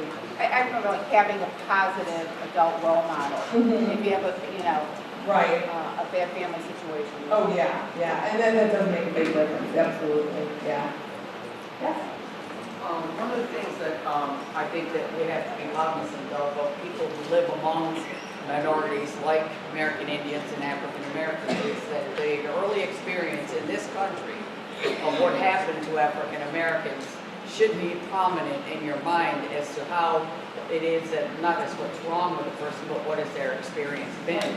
Native American children, as well were removed from their homes from 1868 onward up until 1973. Summarily removed by DSS workers, placed in boarding schools. The parental relationship was severed. The extended family support and recognition as your place in this society was destroyed. Your language was removed. Your culture was removed. You were physically abused in that experience, and oftentimes, you're talking about the reconciliation in Canada, that recognition hasn't even occurred in America where they were sexually abused as well. Right. And as a result of that, when I grew up going to a white school, I remember being told, Indians are drunkards. Now, that behavior that you're talking about, whether it is alcoholism or drug addiction today, is a manifestation of their inability to cope, and the multi-generational marking of DNA that you are describing as neurobiology has occurred. And if you're dealing with Native Americans, that should be prominent in your mind, or if you're dealing with African Americans, that should be prominent in your mind. Absolutely, yeah, very good point, that is a culture. That instead of talking about an individual, you're talking about an entire group of people that have that cultural trauma. I mean, it's prevalent, and I worked with several different Native American people in my work with childhood sexual abuse survivors, and we talked a lot about that, a lot about how, they were trying to rise above some of the things that have been done to them, and it was so difficult because they were just, constantly pushed down and pushed back. And how do you get past that? You're trying to heal the trauma, and then you don't have that support from your community really to validate you as a person and as a culture. So, yeah. Native American children were kept 18 years from their parents. Oftentimes, they were babies when they went into Thomas Indian School. And then they went to Haskell, and then they went to Carlisle, and also Hamden Institute, but they never returned home until they were adults. Yeah, terrible. Yes. Yeah, one of the biggest problems is too, and I know from experience, is the survivors and even the trauma patients are getting thrown into therapists or being sent to see therapists that are so-called educated, but don't know the situations that these people have gone through or individuals or what they're suffering from. And there needs to be more people in the community that have either experienced it or that have more family members or that are in the situation that actually know what's happening to these people. It would make more people speak up and talk to a therapist and other the ones that a lot of them just even when you walk into that therapy room, that all they want to talk about is how they're educated, class on their walls, they're book smart. Somebody that's book smart is not going to be able to help an individual that's suffering, no matter what kind of trauma they're in, more than somebody that's actually been through that situation. And I think that would certainly be helpful. I think it's like anything else, you know, if somebody would come to me and had something happen to them and I had never had that experience, like could I still help them, you know, maybe not as good as someone who would know it, but what I would say is, tell me about it then. Tell me about it so I can understand what you're going through. And then to have the skills to actually implement trauma counseling or trauma therapy, which is very different than just basic mental health counseling, you know, where you get a diagnosis and then you get your medication and then they, you know, do some cognitive behavioral interventions or whatever they're doing. But trauma therapists are trained, and it's a lot of training. Sometimes they have a certificate, they go through these, those I mentioned, some of EMDR and some of these other things. And they're not all that common to find.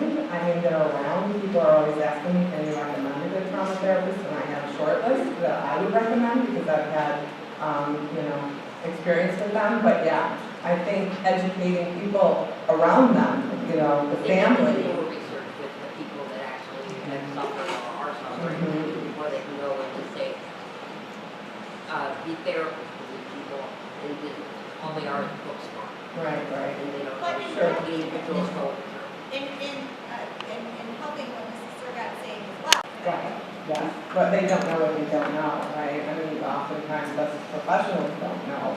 And so part of that is up to, you know, the people and the service providers that come in contact with them to be trauma informed and to know, okay, you know, suggestions, you know, for trying I things. know for personal experience, there is a lot of people out there that are survivors of it. They are willing to talk and willing to be in a room full of therapists and let them know. But usually, when one's suggested to you, you show up at a therapist's office and all their experiences is what they went to school for. And things which you don't want to just be in a room and you're not going to tell them your life story or your situation. All they are is what they learned. Interesting, wow. Yeah. No, I kind of am horrified to hear that. Yeah, why would because you want to tell your situation to somebody if all they are is book Right. smart and they don't even know what they're suffering? Right. But the peer model, which is what and the Living Center and Ed Falls, the American Ohio, and Western Europe and the Living Center, the peer model is now spreading that knowledge on a ordinary basis for people who have had the training to be a mental health peer can actually implement some of the seeking safety, at least an average, as for the world seeking safety. Right. We've been trained at our nation, and we included every one of the other nations from the western area of New York State forward. We had Onondaga, Tuscarora, Tonawanda, and we had people who are now being trained on the grassroots level to actually begin to do what our traditional people used to do: sit and listen, give support, make that person known that they're not alone. Exactly, yeah, And that's great. That's more important, I think. That's so important. One of the things, when I work with one of the programs for community missions that's with kids, a residential program, mental health program. And one of the things I've been telling them, and I push, and they try to make sure is done is the best way to repair the trauma that they've had is to rebuild the connection and the relationship with someone so that they can, that's how, right, we all live on an island, most trauma, especially long-term trauma, happens within relationships. So to repair it, they have to rebuild relationships, even if it's with the people that, they work with, but they don't have family members. But we also work with the families on, this is what trauma is, and here's how, you can. And then you see the behaviors start to come down, where it used to be consequences, and, okay, or, if you're not gonna, listen, or if you're gonna misbehave, this is the consequence you'll get, and behavior modification works with maybe kids that don't have trauma histories, but with trauma histories, it's actually traumatizing to do something like that. So to connect them with someone and have that relationship and say, yeah, you are worth something, you're special, and I believe in you, and I know you can help, work through this, and I'll help you work through it. So that's great. I'm glad to hear that. On that note, kids in the community need to know that they're not, especially if they start when they're younger, before they become adults. A lot of kids in the community don't realize that they're not the only child. There is not a lot out there with individuals that, in children, that think that they're the only child suffering from certain situations. I know, for example, my son lost his father over the summer. We went and did some research, and there was not a whole lot, especially at the elementary school level, with like a whole lot of stuff out there with other children. And lately, in the last couple of years, there's been a lot of young children losing not even just their fathers, losing their parents. What's going on in the community? And there was not a whole lot out there for these children to get together. And then a lot of that is just tragedy. And the only options are, what I would say, one of the only options when I got my son to therapy was education smart, but the man really, he was great, but he didn't really know what my child was going through from experience. Yeah, right. And so sometimes it is a matter of finding different providers till you find one that, that you feel like that's it. Well, with that, I guess there's a hand in the back. Yes? So you spoke of sometimes there's difficulty connecting with your client based on the trauma that they experience, where you may not experience that yourself. How have you been successful in navigating communication with your client when they're difficult? So, cultural humility and being able to connect with somebody whose culture you may not be very familiar with, because I think a lot of us deal with clients that don't fall into the cultural practices that we have from the same ethnicities, but we still need to be able to connect with them. So I want to see how you've been able to. So the question is, how would you connect with them when they, I guess I couldn't hear the other piece of it. So if we're coming from different cultures, clients and you as the counselor, what techniques have you used to be able to kind of bridge that gap where you may not know much about their culture? Absolutely. Well, the first thing is, I tell them I don't know a lot about the culture, and I would really like if you could tell me, and also I do my own education piece as much as I'm able. But really, I want to know from them because they may be in a certain culture, and for one person it might be different than their experience. So I really just want to get to know them and I tell them straight out. I try to be as honest as I can and tell them I want to know. So to answer your question in Western New York, I would encourage everybody to work with Native Americans to reach out to Native American Community Services. They do a cultural competency on Native American culture and history. It's a 3-part series and it's really in depth. It's Native American Community Services. First, I did want to thank Niagara University, the leadership there, the conference committee for having me. I really appreciate it. I think we've got a pretty good story to tell. The conversations I had sort of in the hallways with people just coming up and having some conversations, we're all sort of saying the same things. So it's really cool to see everyone in the room coming from so many different backgrounds, really trying to achieve the same mission. The other thing I do want to thank is you guys for being here. I was in the hall and the president emeritus sort of watched me pick up a piece of paper, thank me for throwing it out and asking me what I was going to talk about. And I talked about how hard this work is, right? So each and every one of you know what I'm talking about. It's pretty much thankless. You're grinding away And this work isn't something you can go give a speech and fix things and change things and help. Will people listen, will they not? The reality is you have to be on the ground, you have to be impacting people, you have to affect them one-on-one. And not to mention, it's a circle.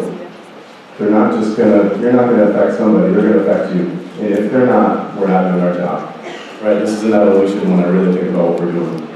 So, the other thing before I get started, I have to thank our former chairman and CEO, Robert Wilmers.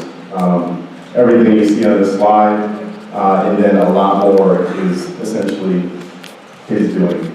This was something that he really believed in. Education that started with was extremely important. And the things after that got really more important. He realized this was the business of people. So I do want to thank Robert Wilmers for starting this on, because this journey has been an evolution. I learned a lot, the bank has learned a lot, and we want to make sure we touch point on that. So I said bank, I look like a banker, I am a banker, and I apologize for that. But the reality is, even if I think back to when I was young, banking was never something I thought I would do. 5 years into banking was something I never thought I would do. Almost 20 years into banking is something I really don't want to do. So the importance of that is, it wasn't that I recognized that I hate my job and I need to get a new job. It was I recognized that banking is no different than anything else. It's how do you meet people where they're at and make sure that you're delivering the right product and service to them to help them move along.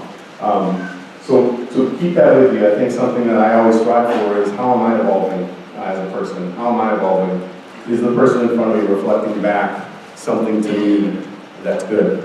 And if the answer is no, there's only one person that can change it, and it's me. So, with that, notice this is a bit of a cone that's building towards the end.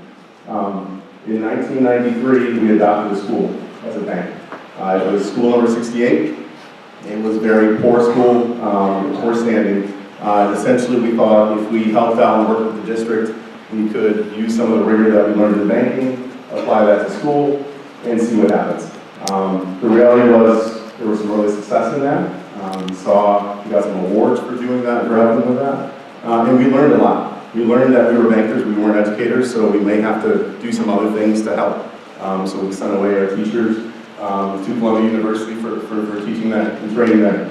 That was one of the first things that you start to recognize is, you may not know all the answers, but you better find the people that do and make sure that you're exposing the people to that. So the better part of the 90s and the early part of the 2000s, we felt really good about ourselves. 2004, I believe, we took it to a charter school. So we said, listen, we feel pretty good partnering with the district. Maybe we should transition this to a charter school. We'll have more control. We think we're pretty good at this thing. Maybe we can make it better if we have a little bit more control. Now, the one thing missing, sort of, you start to think about sort of this stretch here where we're talking about school all the time. Education was important to me. And it was important to me at first because my parents said it was important to me. It didn't become important to me until a little bit later when I recognized the benefits of education. We started there as well. The most important thing that I haven't said yet, I just said, was my parents, right? And the importance of the parents, and the importance of how that experience out from there. We weren't engaging parents, right? We weren't engaging the community in a meaningful way. So what we noticed is there was a grant out in the Department of Education in 2009, 2010. Said basically, listen, we're going to be looking at an initiative called Promise Neighborhoods. Sorry, I'm hitting buttons in the pocket. Essentially what it was listen, we start with education. I'm blowing this whole thing up right here. I believe it, that's fine. We'll start with education, but you need to make sure that you have a family-centered focus as well. Right? You need to make sure that you're engaging all the stakeholders, and all the stakeholders aren't just the kid. They're the parents, they're the community, they're the faith leaders, right? They're the business owners in the community. They're the people that don't have kids in the community that aren't using the educational system, but they're part of the community. We won that grant in 2011, and it gave us funding for it, but it also changed us and involved us, right? So now, I have to figure this thing out. Do I hit like the select button? Go down. Okay. We'll leave it. Sorry guys, I'm a tech wizard banker. So now, we were excited about getting the funding, but what was more exciting when I think about it, looking backwards, is we're excited because we realized we didn't have all the answers we're evolving, right? So now, we were going to get the parents on board, and how could we do that? We were going to get community more involved, and how were we going to do that? The first step into that, so we had the funding, we looked at safety and security, we installed cameras, we did all the kind of box checking things that banks would do. The real sort of rubber in the road was being engaged with Annie Casey. You guys familiar with Annie Casey? Show of hands. Not many? A little bit. Annie Casey, you know, has a massive endowment. And most of their dollars, about $100 million in grants go out a year to organizations that are moving for family-centered change. So it's called FCCC, Family-Centered Community Change, which when you think about it, that's pretty neat, right? We're talking about how do you change a community from within, from a family, from the core of a family. So they came in, and that was really our first blush at pushing outward and making sure that while the focus was the kid, how do we educate the students? What are we doing for the parents, right? The other thing we noticed at this time was, back to the school and the education, we had kids coming into kindergarten that were not ready for kindergarten. More than half. Even worse, more than a third were 2 years behind, which I didn't think was possible. Stupid banker walking around thinking he knows what he's talking about, didn't have a clue. So we said to ourselves, well, this work doesn't start at the age of 5, right? In the kids for sure, but with the parents. How do we expand out so that we make sure we're grabbing the families, we're grabbing the kids sooner? So hand in hand, around the same timing as our engagement with Annie and Casey, we actually built a Children's Academy. I think it was 2012, 2013. The Children's Academy essentially is a preschool. Now, I'll show you a slide in a minute that kind of looks at the demographics of our neighborhood. But it's when you think about median income, when you think about poverty line, it's all of those things. Immediately when you think about childcare, you think about early education, does anyone know how much that costs? A lot of money, right? So who from our neighborhood is going to have $11,000, $12,000, $13,000 to put forth for their kid a year to get them ready for kindergarten? What we thought we could do is, we could fund it, but we had to bring in somebody, provide, and again, all this, everything that I'm talking about has to do with partnerships, a provider that's really good at what they do. So we signed up Edukids. You guys familiar with Edukids? Now, we were going to be the first site that's ever done anything like this. So we technically were funding the site. We are funding the site. And it's a collaboration. And I just met with Nancy Ware, who's sort of the executive director and owner of Edukids, and we meet weekly. Because this was different than what she had dealt with as well. Right? When you think about what we're trying to build here, we're paying for that education of the child. But connecting it back to the family-centered community change, we're also grabbing the parents. So in that site, we have coaches that grab the parents and say, okay, you're dropping junior off. Let's talk. What are your priorities? What's sort of your plan? Right, career, where are you at? Where you want to be? Are you looking to advance? Where are you in education? Are you looking for additional education opportunities? We also said, if nothing there, what about sort of financially? What are you thinking about your financial stability? What do you know about sort of financial ed? Are there any things we can provide there? Right, and the third thing was, back to the education, what are you doing at home to foster sort of that education, to facilitate that growth in that child? Right, so we have 3 coaching elements in our preschool, and then expanded outward. But starting in our preschool, we're grabbing the parents. I'm saying prioritize these, and we're gonna meet you where you're at and have these conversations. We partner with ECC One Stop. Anyone familiar? They're our career coaches. Right, so they come in and they're working with resumes and everything else. We partner with Belmont. I don't know if you guys are familiar with Belmont Housing. So that's our financial ed folks. And then we have our own folks that we hire that deal with parents as teachers, we call them. So we make sure we get the kids and we do those things. It works really well. Right, so now you have the ability to grab the kids sooner. You have the ability to engage the parents wherever they're at along one of those 3 work streams. And if we can't do it, if it's over and beyond what we can do, we try to refer them out.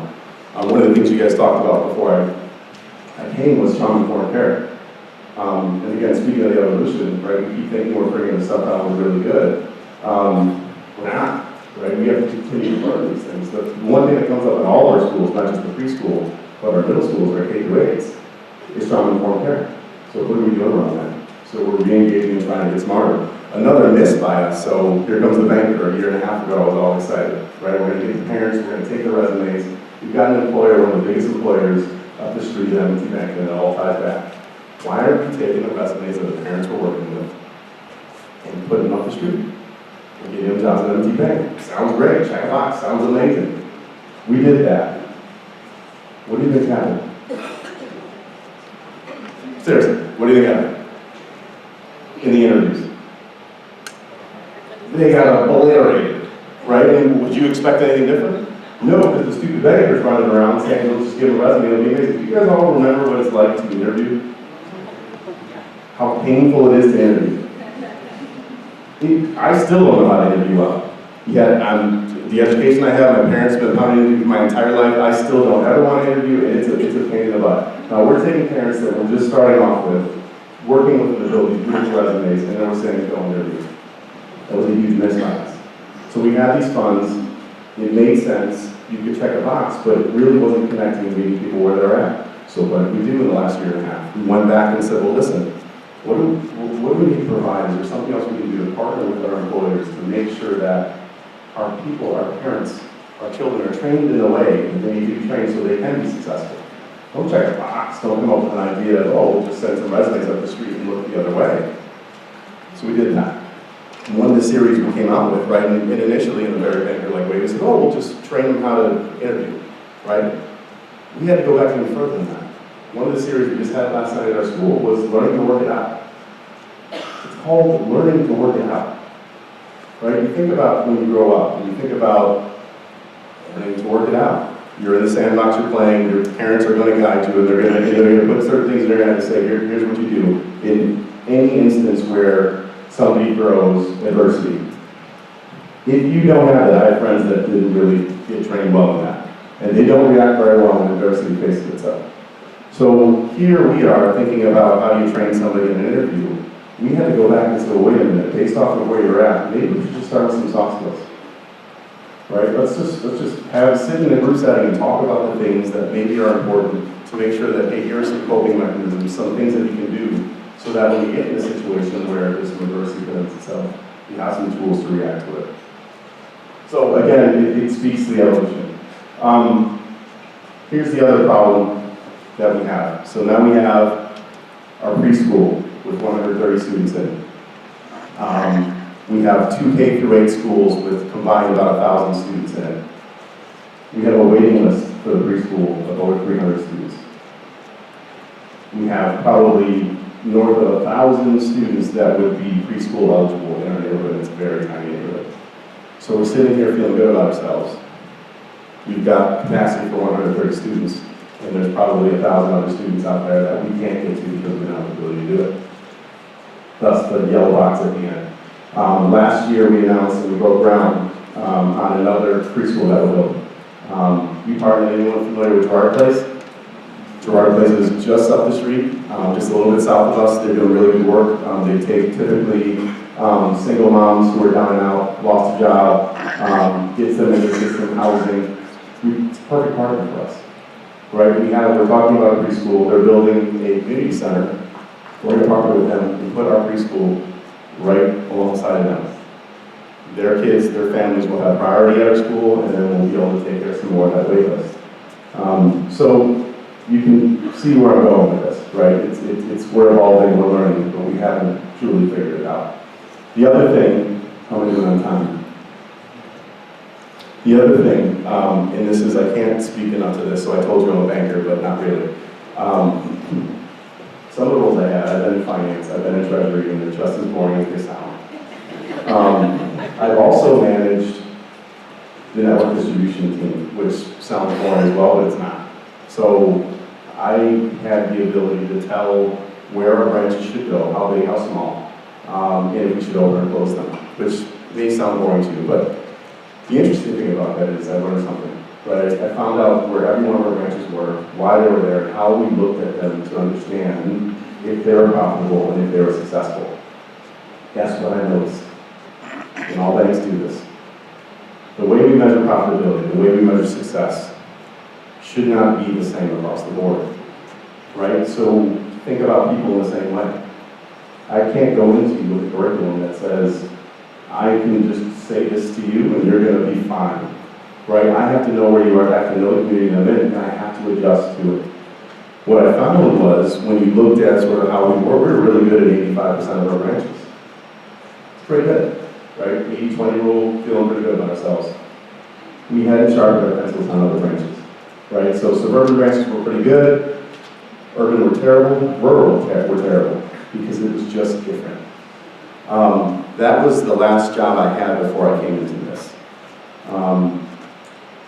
What it did for me and the bank is, with that in mind, not only are we doing all this work, we're not just affecting the community is affecting us, right? So now I get to meet with the community members and bankers, and myself, to talk about how do we get better in the communities that we're doing business in. M&T Bank's a community bank. You'll see it on all the commercials, and I believe I wouldn't be there if that wasn't the case, but we could be better. So now we're meeting with our parents, we're meeting with our families, we're meeting with our community saying, how do we get better at this? How do we get better at, forget about the education space, we're a bunch of bankers trying to help here and we think we're doing pretty good, but we should be doing the one thing we're really good at, really good. So how do we become better bankers for the communities that we're doing business in as well? And that's one of the things that I'm most proud of, is it all really does connect. Right? You're connecting to people, you understand people, meet them where they're at. One of the things they said, I saw it up there on the trauma-informed care, was don't ask what's wrong with the person, sort of understand where they're coming from or what they experienced or what they've been through. Doesn't that apply to everybody? I work in sort of the diversity and inclusion and belonging space as well. So everything in my life now in hindsight is starting to tie together. And I had a conversation with someone, I said, listen, it's easy for me. Nobody knows what I am. They look at me and they're like, what the hell is that running around? And you know what, it's funny, but the reality is, you got nothing. You can't apply any sort of bias, you can't apply any sort of preconceived notion of anything to me. So I have it easy, I just walk in the room, they're like, well, I think I gotta talk to you because I don't know what that is. Right, so it strips it bare. And for me, that's what this stuff is about. How are we evolving, right? How are we sort of breaking down the silos? And I talked a little bit before this about the silos of this work. It's not the communities and the people we're trying to affect change on and trying to help. It's us. Yes, thank you. Right? It is us. I have conversations with pretty high-level folks that are doing amazing things, and they will say some things that I can't even imagine should come out of their mouth. If we can't get people to change, how can we change people? If we, more importantly, can't change ourselves, how can we expect anyone else to change? So, my challenge has been my entire life and continues to be, before I look outward and say, oh, that's screwed up, what's wrong with that person, I better look inward. And I better sort of reinform myself. And the only way I know how to do that is engage people where they're at, have a conversation, and have that natural exchange of information that you're going to have. So, where are we at? We're probably out of time. I'm not the type. I'm going to not go banker on you and show you the rest of the stuff. I think you told pretty much the story. I'll let you kind of, if you have a couple of questions, we can talk about that as well. But again, I want to thank all of you, each and every one of you, because this is hard work, right? And I see it every single day in the work that we do. The challenges, and the easy stuff for the kids, the families, the community. The hard stuff is us. And that's where I'm going to continue to focus the bank and everyone else to turn into other stuff. I wanted to know if the bank took the position that in somewhat blighted neighborhoods, they would use their investment power to reinvest in small businesses to generate, food islands where there was nutritious food and clothing stores which were accessible and, within the price range of families. Good question. So one of the things we're doing, I didn't say because I didn't say anything that was in this presentation.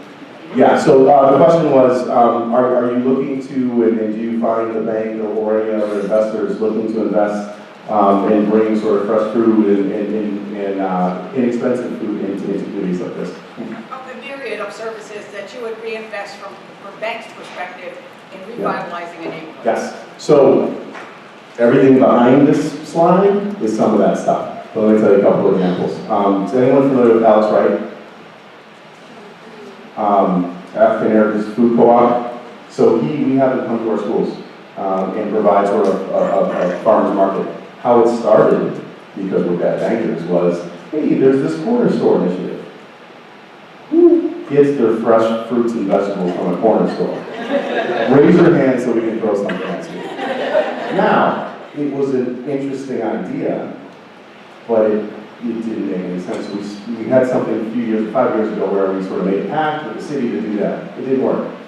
Of course it wouldn't work. We now have someone that's coming in and bringing those fresh fruits and vegetables. We actually met with Alex Wright. He's got a business plan to actually put in a business in our neighborhood that actually now is more like a fresh fruits and vegetable market, so something like that.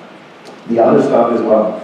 We had Sony May that we acquired $25,000 with, we then piggybacked another 10 or so on top of. We went through and last year, Sony May we spruced up 26 houses we targeted. We also went to 6 green spaces and targeted as well.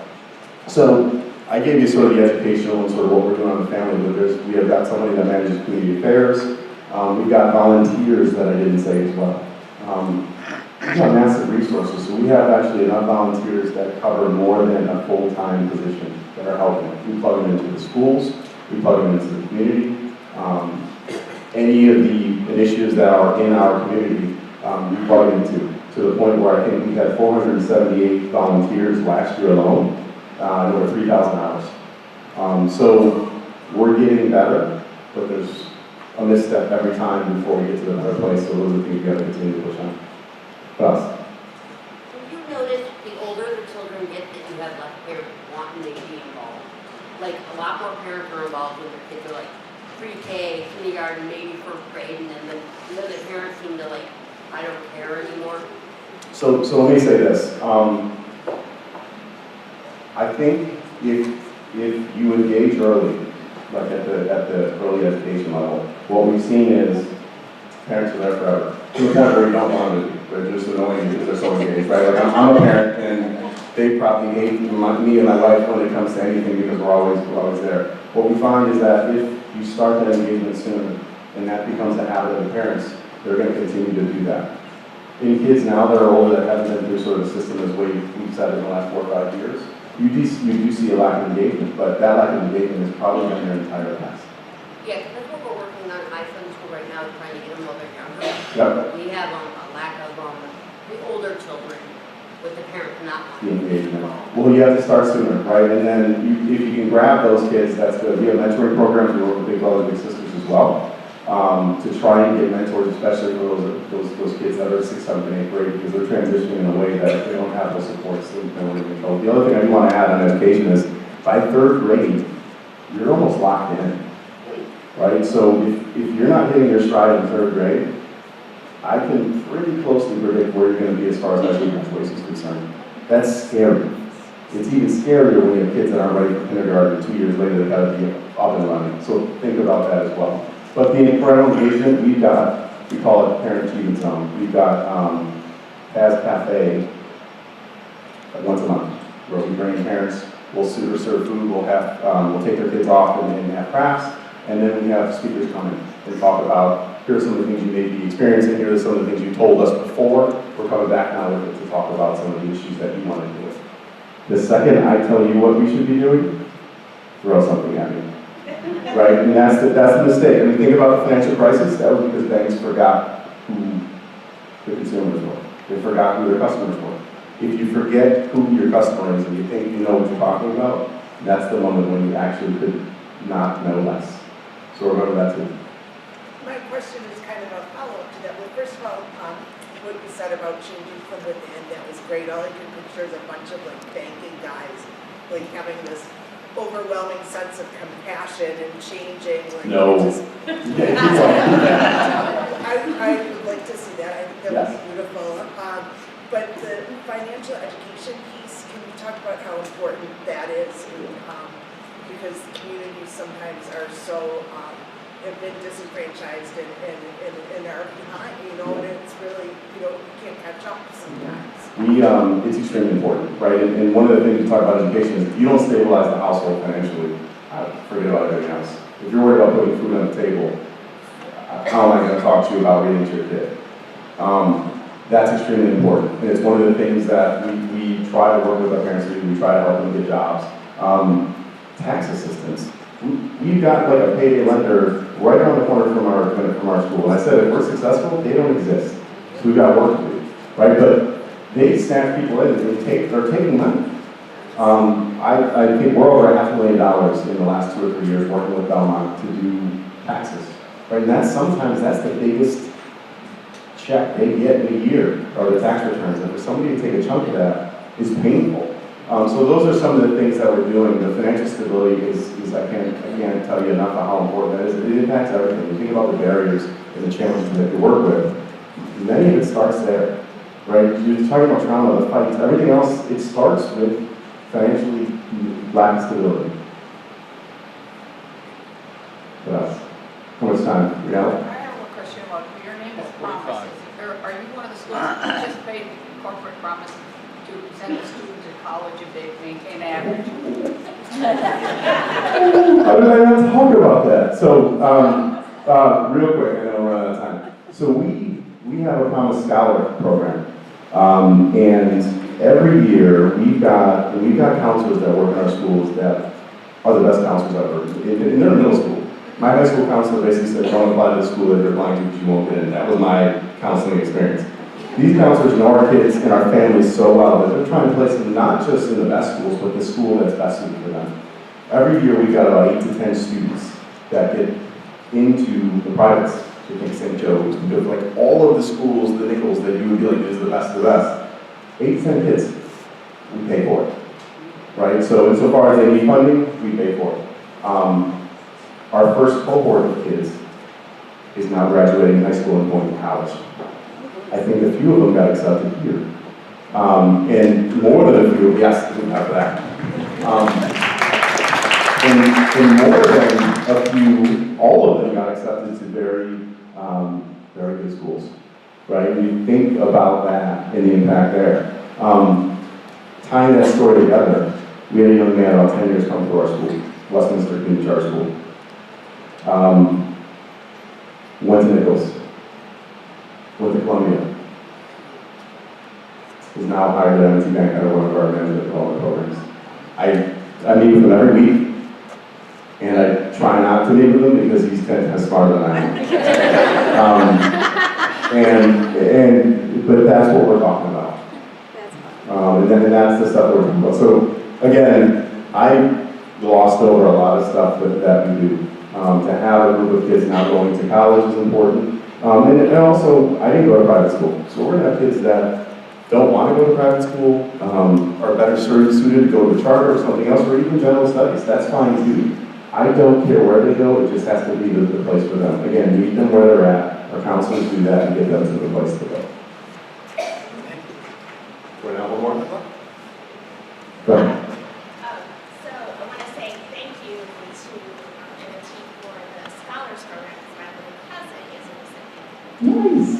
And so we're extremely excited about where he's able to go to school because of that. The second part is, so this Promise neighborhood sits in one of the toughest communities in Buffalo. Mm-hmm. And we know that poverty is linked to structural barriers. And structural barriers are the result of young people being involved in street crime. Yeah. So I guess the question is, all of this is nice, right? But one of the things that we have to think about is, how do we overcome the fact that our young people are getting involved in crime because of the structural barriers that exist? Yeah, that comment was extremely important. And that's one of the things we do.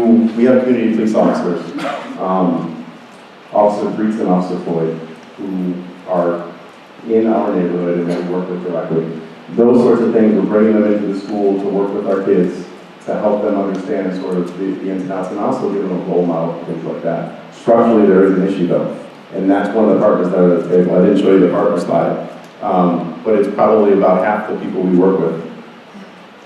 And it's the police department, it's security and safety. We've got people coming in to train and to have our block clubs on our sort of campus, if you want to call it that, learn about sort of crime prevention and things like that. So The structural stuff is hard. We have a grant for that we actually helped kind of go through and do some of the things, but that's not the real change, right? The real change is how do you make sure that we're instilling the right things, we're providing the real supports so that we can kind of work ourselves around that.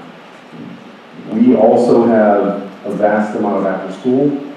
We have a vast amount of other activities that we're trying to get kids involved in to keep them busy, right? So with all of those things, idle minds are scary. So we're not there yet, but we've got the right people in the room to make sure that as you see sort of the evolution of us getting bigger and that county getting bigger, that we're going to continue to push, especially at some of the structural changes that need to happen. Just like it's affecting us, right? It's affecting M&T Bank.